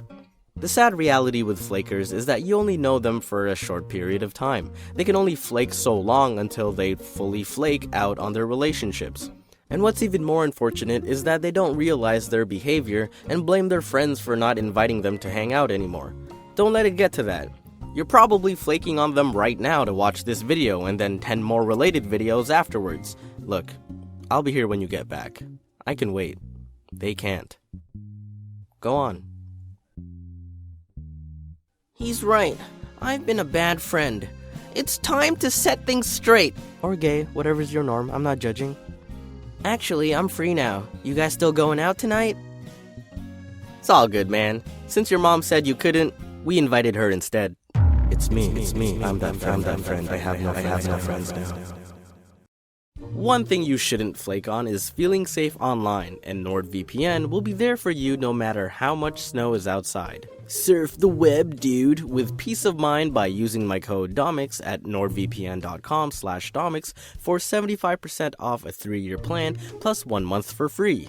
Virtual private networks are a great way to protect your privacy and security online, allowing you to browse the net anonymously with no data logging using military-grade encryption. They have thousands of servers in over 60 countries, the software is lightweight and user-friendly, and you can choose wherever in the world you wish to virtually be. I use it all the time whenever I connect to public networks while waiting for flaky friends because I want my privacy to be protected. It's available on desktops, laptops, and mobile devices, of which you can protect up to 6 at once. Open the app, select a country, or choose Quick Connect to take you to the nearest server, and you'll be there in seconds. Easy peasy, lemon juice is delicious. Try it out, and if you're not happy with it, you have 30 days for your money back guaranteed. Once again, that's nordvpn.com/Domics with the code Domics for 75% off a 3-year plan plus 1 extra month for free. Enjoy!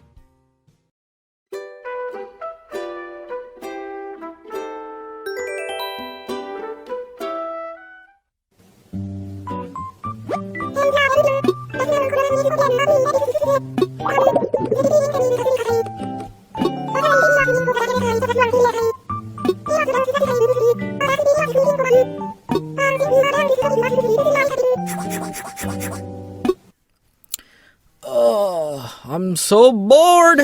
Hey, why not make a video about that? A video? You mean the one they're watching right now?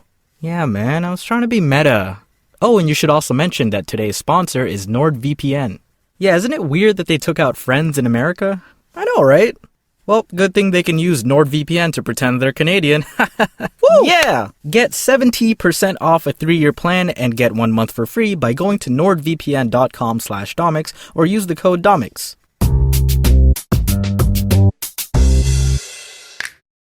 Being bored is a curse. It's a first world problem. It is the privilege of having free time, but being too picky with what to pass it with. Like, there's literally thousands of things we could do at any given time. You can go outside and attempt a backflip. You can start knitting a scarf now and make it in time for winter. You can apply lip balm. Like, right now. Yeah, I see your crusty lips. And the list goes on so far that it should almost be a crime to be bored. Hello there, sir. Do you know why I pulled you over? No, officer. What seems to be the problem? You looked a little bored back there. What? That's just how I look. Sir, do you see that sign back there? The one that you passed? Oh, no, sorry, I didn't. I was texting. Okay, maybe not. On the other hand, I guess being picky about hobbies means you have respect for your time. Out of the thousands of things I mentioned earlier, you'd probably enjoy like maybe 10 of them. If I wasn't picky, I think I'd just end up doing really pointless activities that provide zero benefit to the well-being of my life and only serve the purpose of killing time. I should rearrange all the keys on my keyboard. Hey man, what you doing? Oh, I'm just trying to balance my keyboard on this doorknob. Sounds like fun. Dude, guess what? There are 121,336 grains of rice in this bag. Okay, that's enough. We need to find you a hobby. Come on, man. Let's go. Follow me. What the heck? Oh, man, that took me 6 hours. When I was a kid, being bored didn't happen too often. And when it didn't really last that long. Growing up, I didn't consider myself having that many responsibilities because of my privileged upbringing. Not flexing, just admitting. I had chores, of course, but I still had a lot of free time. And I focused in school, so my parents didn't really have a reason to restrict my hobbies.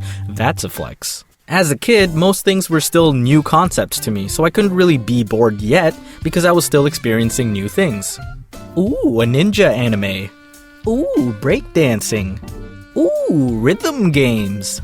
I felt so fortunate to live in a time where there can be so many hobbies. Can you imagine living a couple generations ago when jacks and marbles were the only hype for kids? I mean, as a kid, I played with them too, but I don't even think I played the game properly. I just took the jacks and spun a few at the same time and battled them with each other like ghetto Beyblades. Okay, I probably shouldn't talk. I grew up with Pogs and Crazy Bones. And during times when I didn't have any video games to play or anime to watch, I'd go to my sister's room and start a fight, like any other loving brother. Hey, you wanna fight? Now, as an adult with responsibilities and almost 30 years of experience, I unfortunately get bored very often and very easily, because there are less and less new things to discover. And being in quarantine further restricts those discoveries even more. I often find myself just moping around looking for purpose. Come to bed. But I'm too bored to sleep. It's 5 a.m. Not being able to go out means I gotta figure out stuff to do inside. And don't get me wrong, as an introvert, I love staying at home, okay? I've already been living that quarantine life. Staying home is like one of my favorite destinations, but sometimes a turtle's gotta leave its shell, you know? No, that's not true. Turtles are literally attached to their shells. They die if they leave. Luckily, as an introvert, I generally have an easy time finding something to do that requires minimal to no human interaction. And on top of that, I'm a gamer. And being a gamer these days means you'll never run out of things to play because there's pretty much a new one being released every 2 minutes. Please come out sooner. Sadly, being bored isn't good news if you're also very lazy. Like me. You might think, you know, my room's looking kinda boring. It could really use a makeover. Yeah, my bed would look much nicer in that corner, and my desk would get better natural light by that window. But there aren't really any plugs there, so I'm gonna have to get some extension cables for my computer.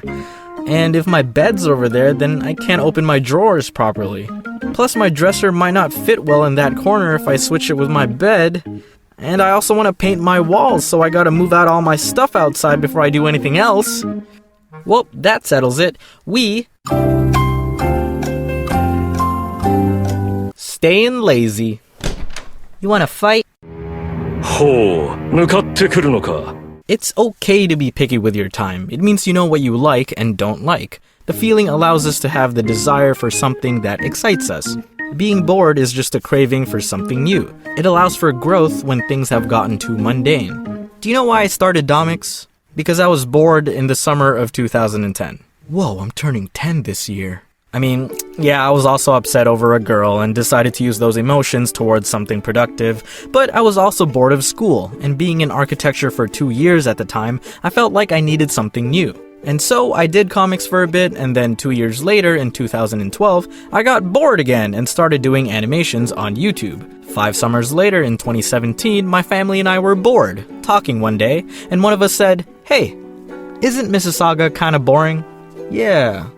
"Hey, you wanna make a board game cafe?" And then the following year, we opened a board game cafe. Would you look at that? I guess a lot of decisions in my life have been preceded with being bored, but it's those decisions that have opened many opportunities for me. It's a little sad to admit, but someday, yeah, I'll get bored of YouTube as well. But looking at these patterns, I don't doubt that I'll find something fun to do again. So if you're bored, that's fine. That's good. as long as you don't stay bored. As I've said in the past and still firmly believe, time is our most valuable currency. Letting it pass for free is a crime to yourself. Even if what you find yourself doing might not be all that productive, if you're enjoying it, then I think that's all that matters. I have nothing to watch on Netflix. I've already seen everything. What's that now? I can't hear you over my Canadian privilege. But do not accumulate salt, my friend. You too can get a load of our selection. That's right, with NordVPN you can take control of your internet experience today. Simply boot it up, then select where you'd like to virtually be out of the 60 plus countries available, and oh dang, look, there's Fresh Prince. Other than allowing you to teleport across the globe, NordVPN also helps protect your privacy and security online, ensuring you browse the net anonymously with no data logging using their military-grade encryption. Available on desktop and mobile, you can protect up to 6 devices simultaneously. But if it's not quite your cup of tea, here, you can have your money back. And your ability to watch the first 2 Avengers. Get 70% off a 3-year plan plus 1 additional month for free when you go to nordvpn.com/Domics or use the code Domics. That's about $3.50 a month to be able to watch Final Space, A Quiet Place, and Spider-Man Homecoming. Sorry, I'm just assuming you're all mostly American. Canadian Netflix is better. Hey everyone, this video is brought to you by Audible. Go to audible.com/Domics or text Domics to 500 to get a free audiobook plus 2 Audible originals and a 30-day trial.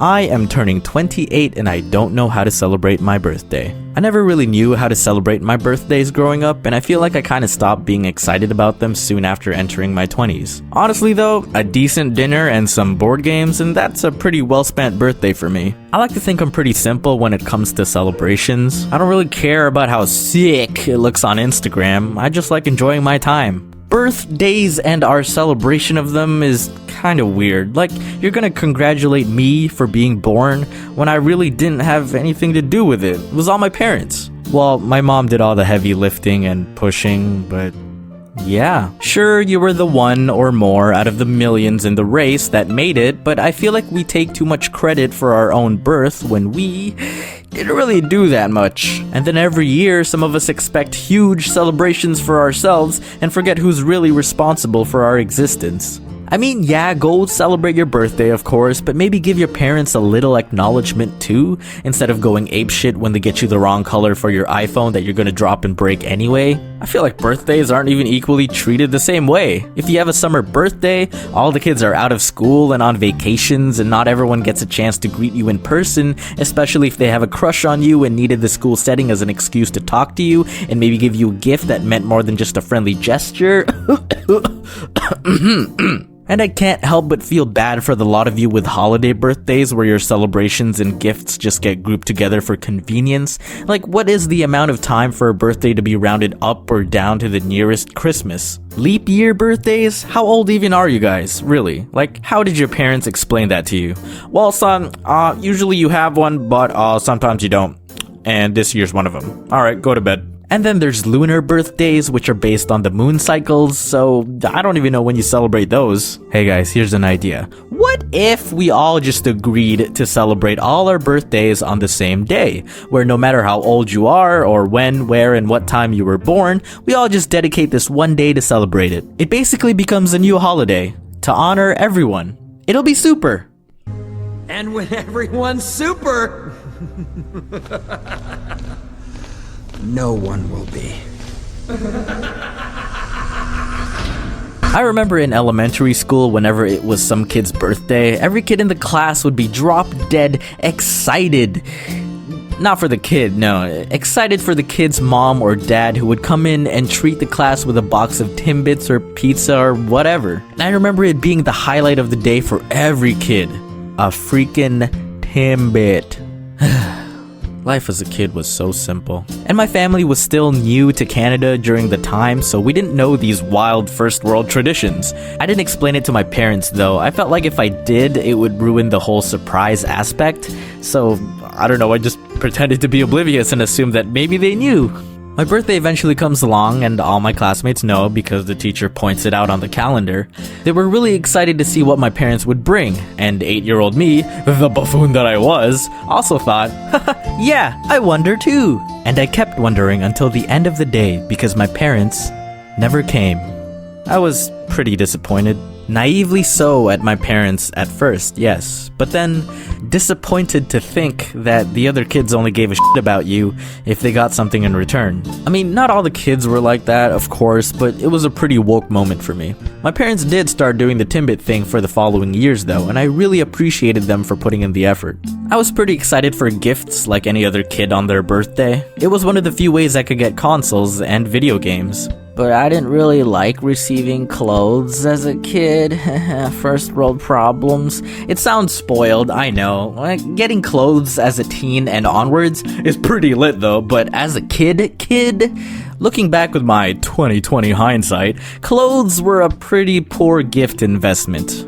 For me anyway. I was eventually gonna outgrow them in a few years in terms of size and taste in fashion, but toys and games gave me memories, and those, my dear friend, you can't outgrow. Dad, can I please get a t-shirt? All my friends are wearing one, and I'm cold. Huh? What was that, son? Yeah, that's what I thought. You get back in there and play Kingdom Hearts Square Root of 4.76 Final Mix Director's Cut, okay? I guess I was pretty excited to turn 18 because that's the age people consider you to be an adult, but honestly, it didn't feel like the Sailor Moon transformation that I thought it'd be. Oh shoot, son, we legal. I can finally vote. I don't like any of these candidates.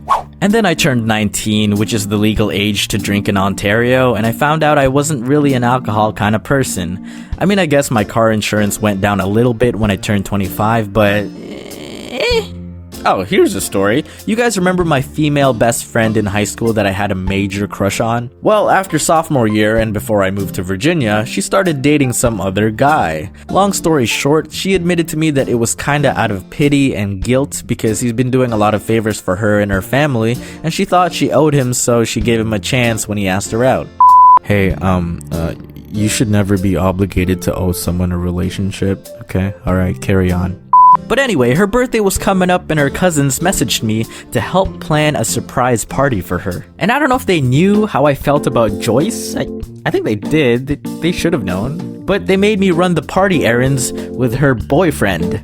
Because he was 16 and had his license. 14-year-old me felt real beta for half of that day. But you know what? It's cool. It's fine. Because I made a hand-drawn portrait of her and she was most excited about my present more than anyone else's. Hey, so eat it, Chris, or whatever your name was, because my memory of you was so suppressed that I forgot. I'm really behind with greeting people on their birthdays. I know most people have Facebook to remind them of those dates, but when you don't go on Facebook often enough, like me, you tend to forget to greet some people. The same goes for a lot of my mutuals on social media. Hey guys, I know this might not mean very much, but happy belated birthday to all of you, and I'm sorry I don't pay enough attention. Well, except you, Jaden. I can't forget yours, cause we twins. Despite my lack of excitement for my own birthday, I'm grateful to have family and friends that make this recurring event more meaningful than I forget it to be. Thanks guys, love you. I know it's not everyone's birthday, but how about a gift from Audible? I realize that sometimes we haven't got the time to read books, but if we could listen to them, maybe we'd be able to fit them more into our busy schedules. With the free Audible app, you can enjoy books anytime, anywhere. At home, at the gym, during your commute, or doing chores. With Audible, your books are yours to keep forever, and you can go back and re-listen to them anytime, even if you decide to cancel your membership. As a member, you'll receive a credit every month which you can spend on any audiobook, regardless of the price. You'll also have exclusive access to, and be granted 2 credits for Audible Originals every month, which are audio titles of all sorts of genres created by celebrated storytellers from around the world. I recommend A Polaroid Guy in a Snapchat World by David Spade.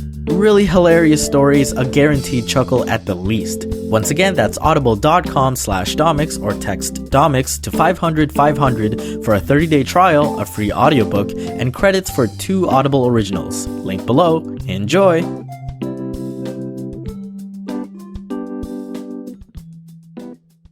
Hey guys, this video has been brought to you by NordVPN. Use the code Domics at nordvpn.com/Domics for 75% off a 3-year plan with an extra month on the house.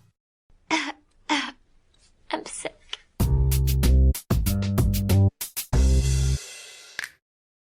Flaker, slang for a person who has proven to be unreliable in following through with plans, often for gatherings or public outings. Can also be used as a verb, to flake, abandon plans with little to no notice. Look, before I talk about flakers, I'm gonna level with you guys. I've been there, okay? As a flaky, but also as a flaker. And you don't want to admit it, but you're probably one yourself.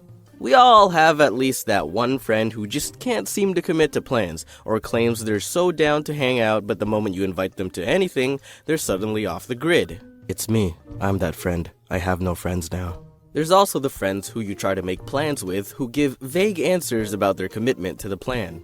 Hey, did you eat yet? You want to get food later with Ben? Yeah. Yeah, you ate, or yeah, you coming? Left on red. And then later that night when you're already out, hey, sorry, I had to do some errands with my mom. But I thought she's in China right now. Yeah. Are you in China right now? Yeah.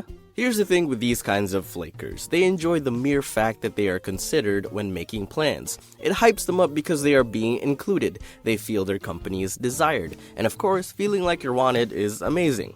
But they might not necessarily be that excited for the activity at hand. They just like being part of something. Because they know an activity or event is happening, they suffer from fear of missing out, or FOMO. So they give a premature agreement to the invitation without necessarily the actual intent to follow through. Well, why don't they just say no to begin with, you might be asking?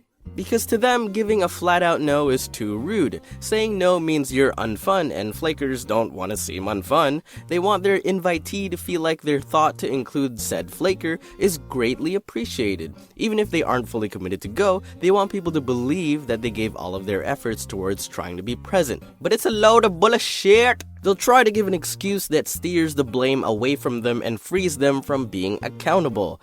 I think I just over-explained the definition of excuse. But they trust that their friends are reasonable and forgiving and wouldn't push for any further explanation, so there usually aren't any consequences. Unless, of course, the excuses keep happening. Sorry, I was up late doing work and I slept in. You're unemployed. Sorry, I just remembered my essay's due tomorrow. You dropped out 2 weeks ago. Sorry, I'm broke. You watched Infinity War in theaters 6 times. Sorry, there's 2 millimeters of snow outside and I don't have winter tires. Oh yeah, definitely, no worries. Your safety and inability to drive in such a natural disaster excuses you from missing my birthday. I hope you enjoy Infinity War for the 7th time, you son of a bitch. And then you have the trump card of many flakers who still live at home. Sorry, my mom said no, sad face. And they know how foolproof this is because you can't really argue with anyone's mom. Mothers are the ultimate gatekeepers. They are literally your gateway into existence.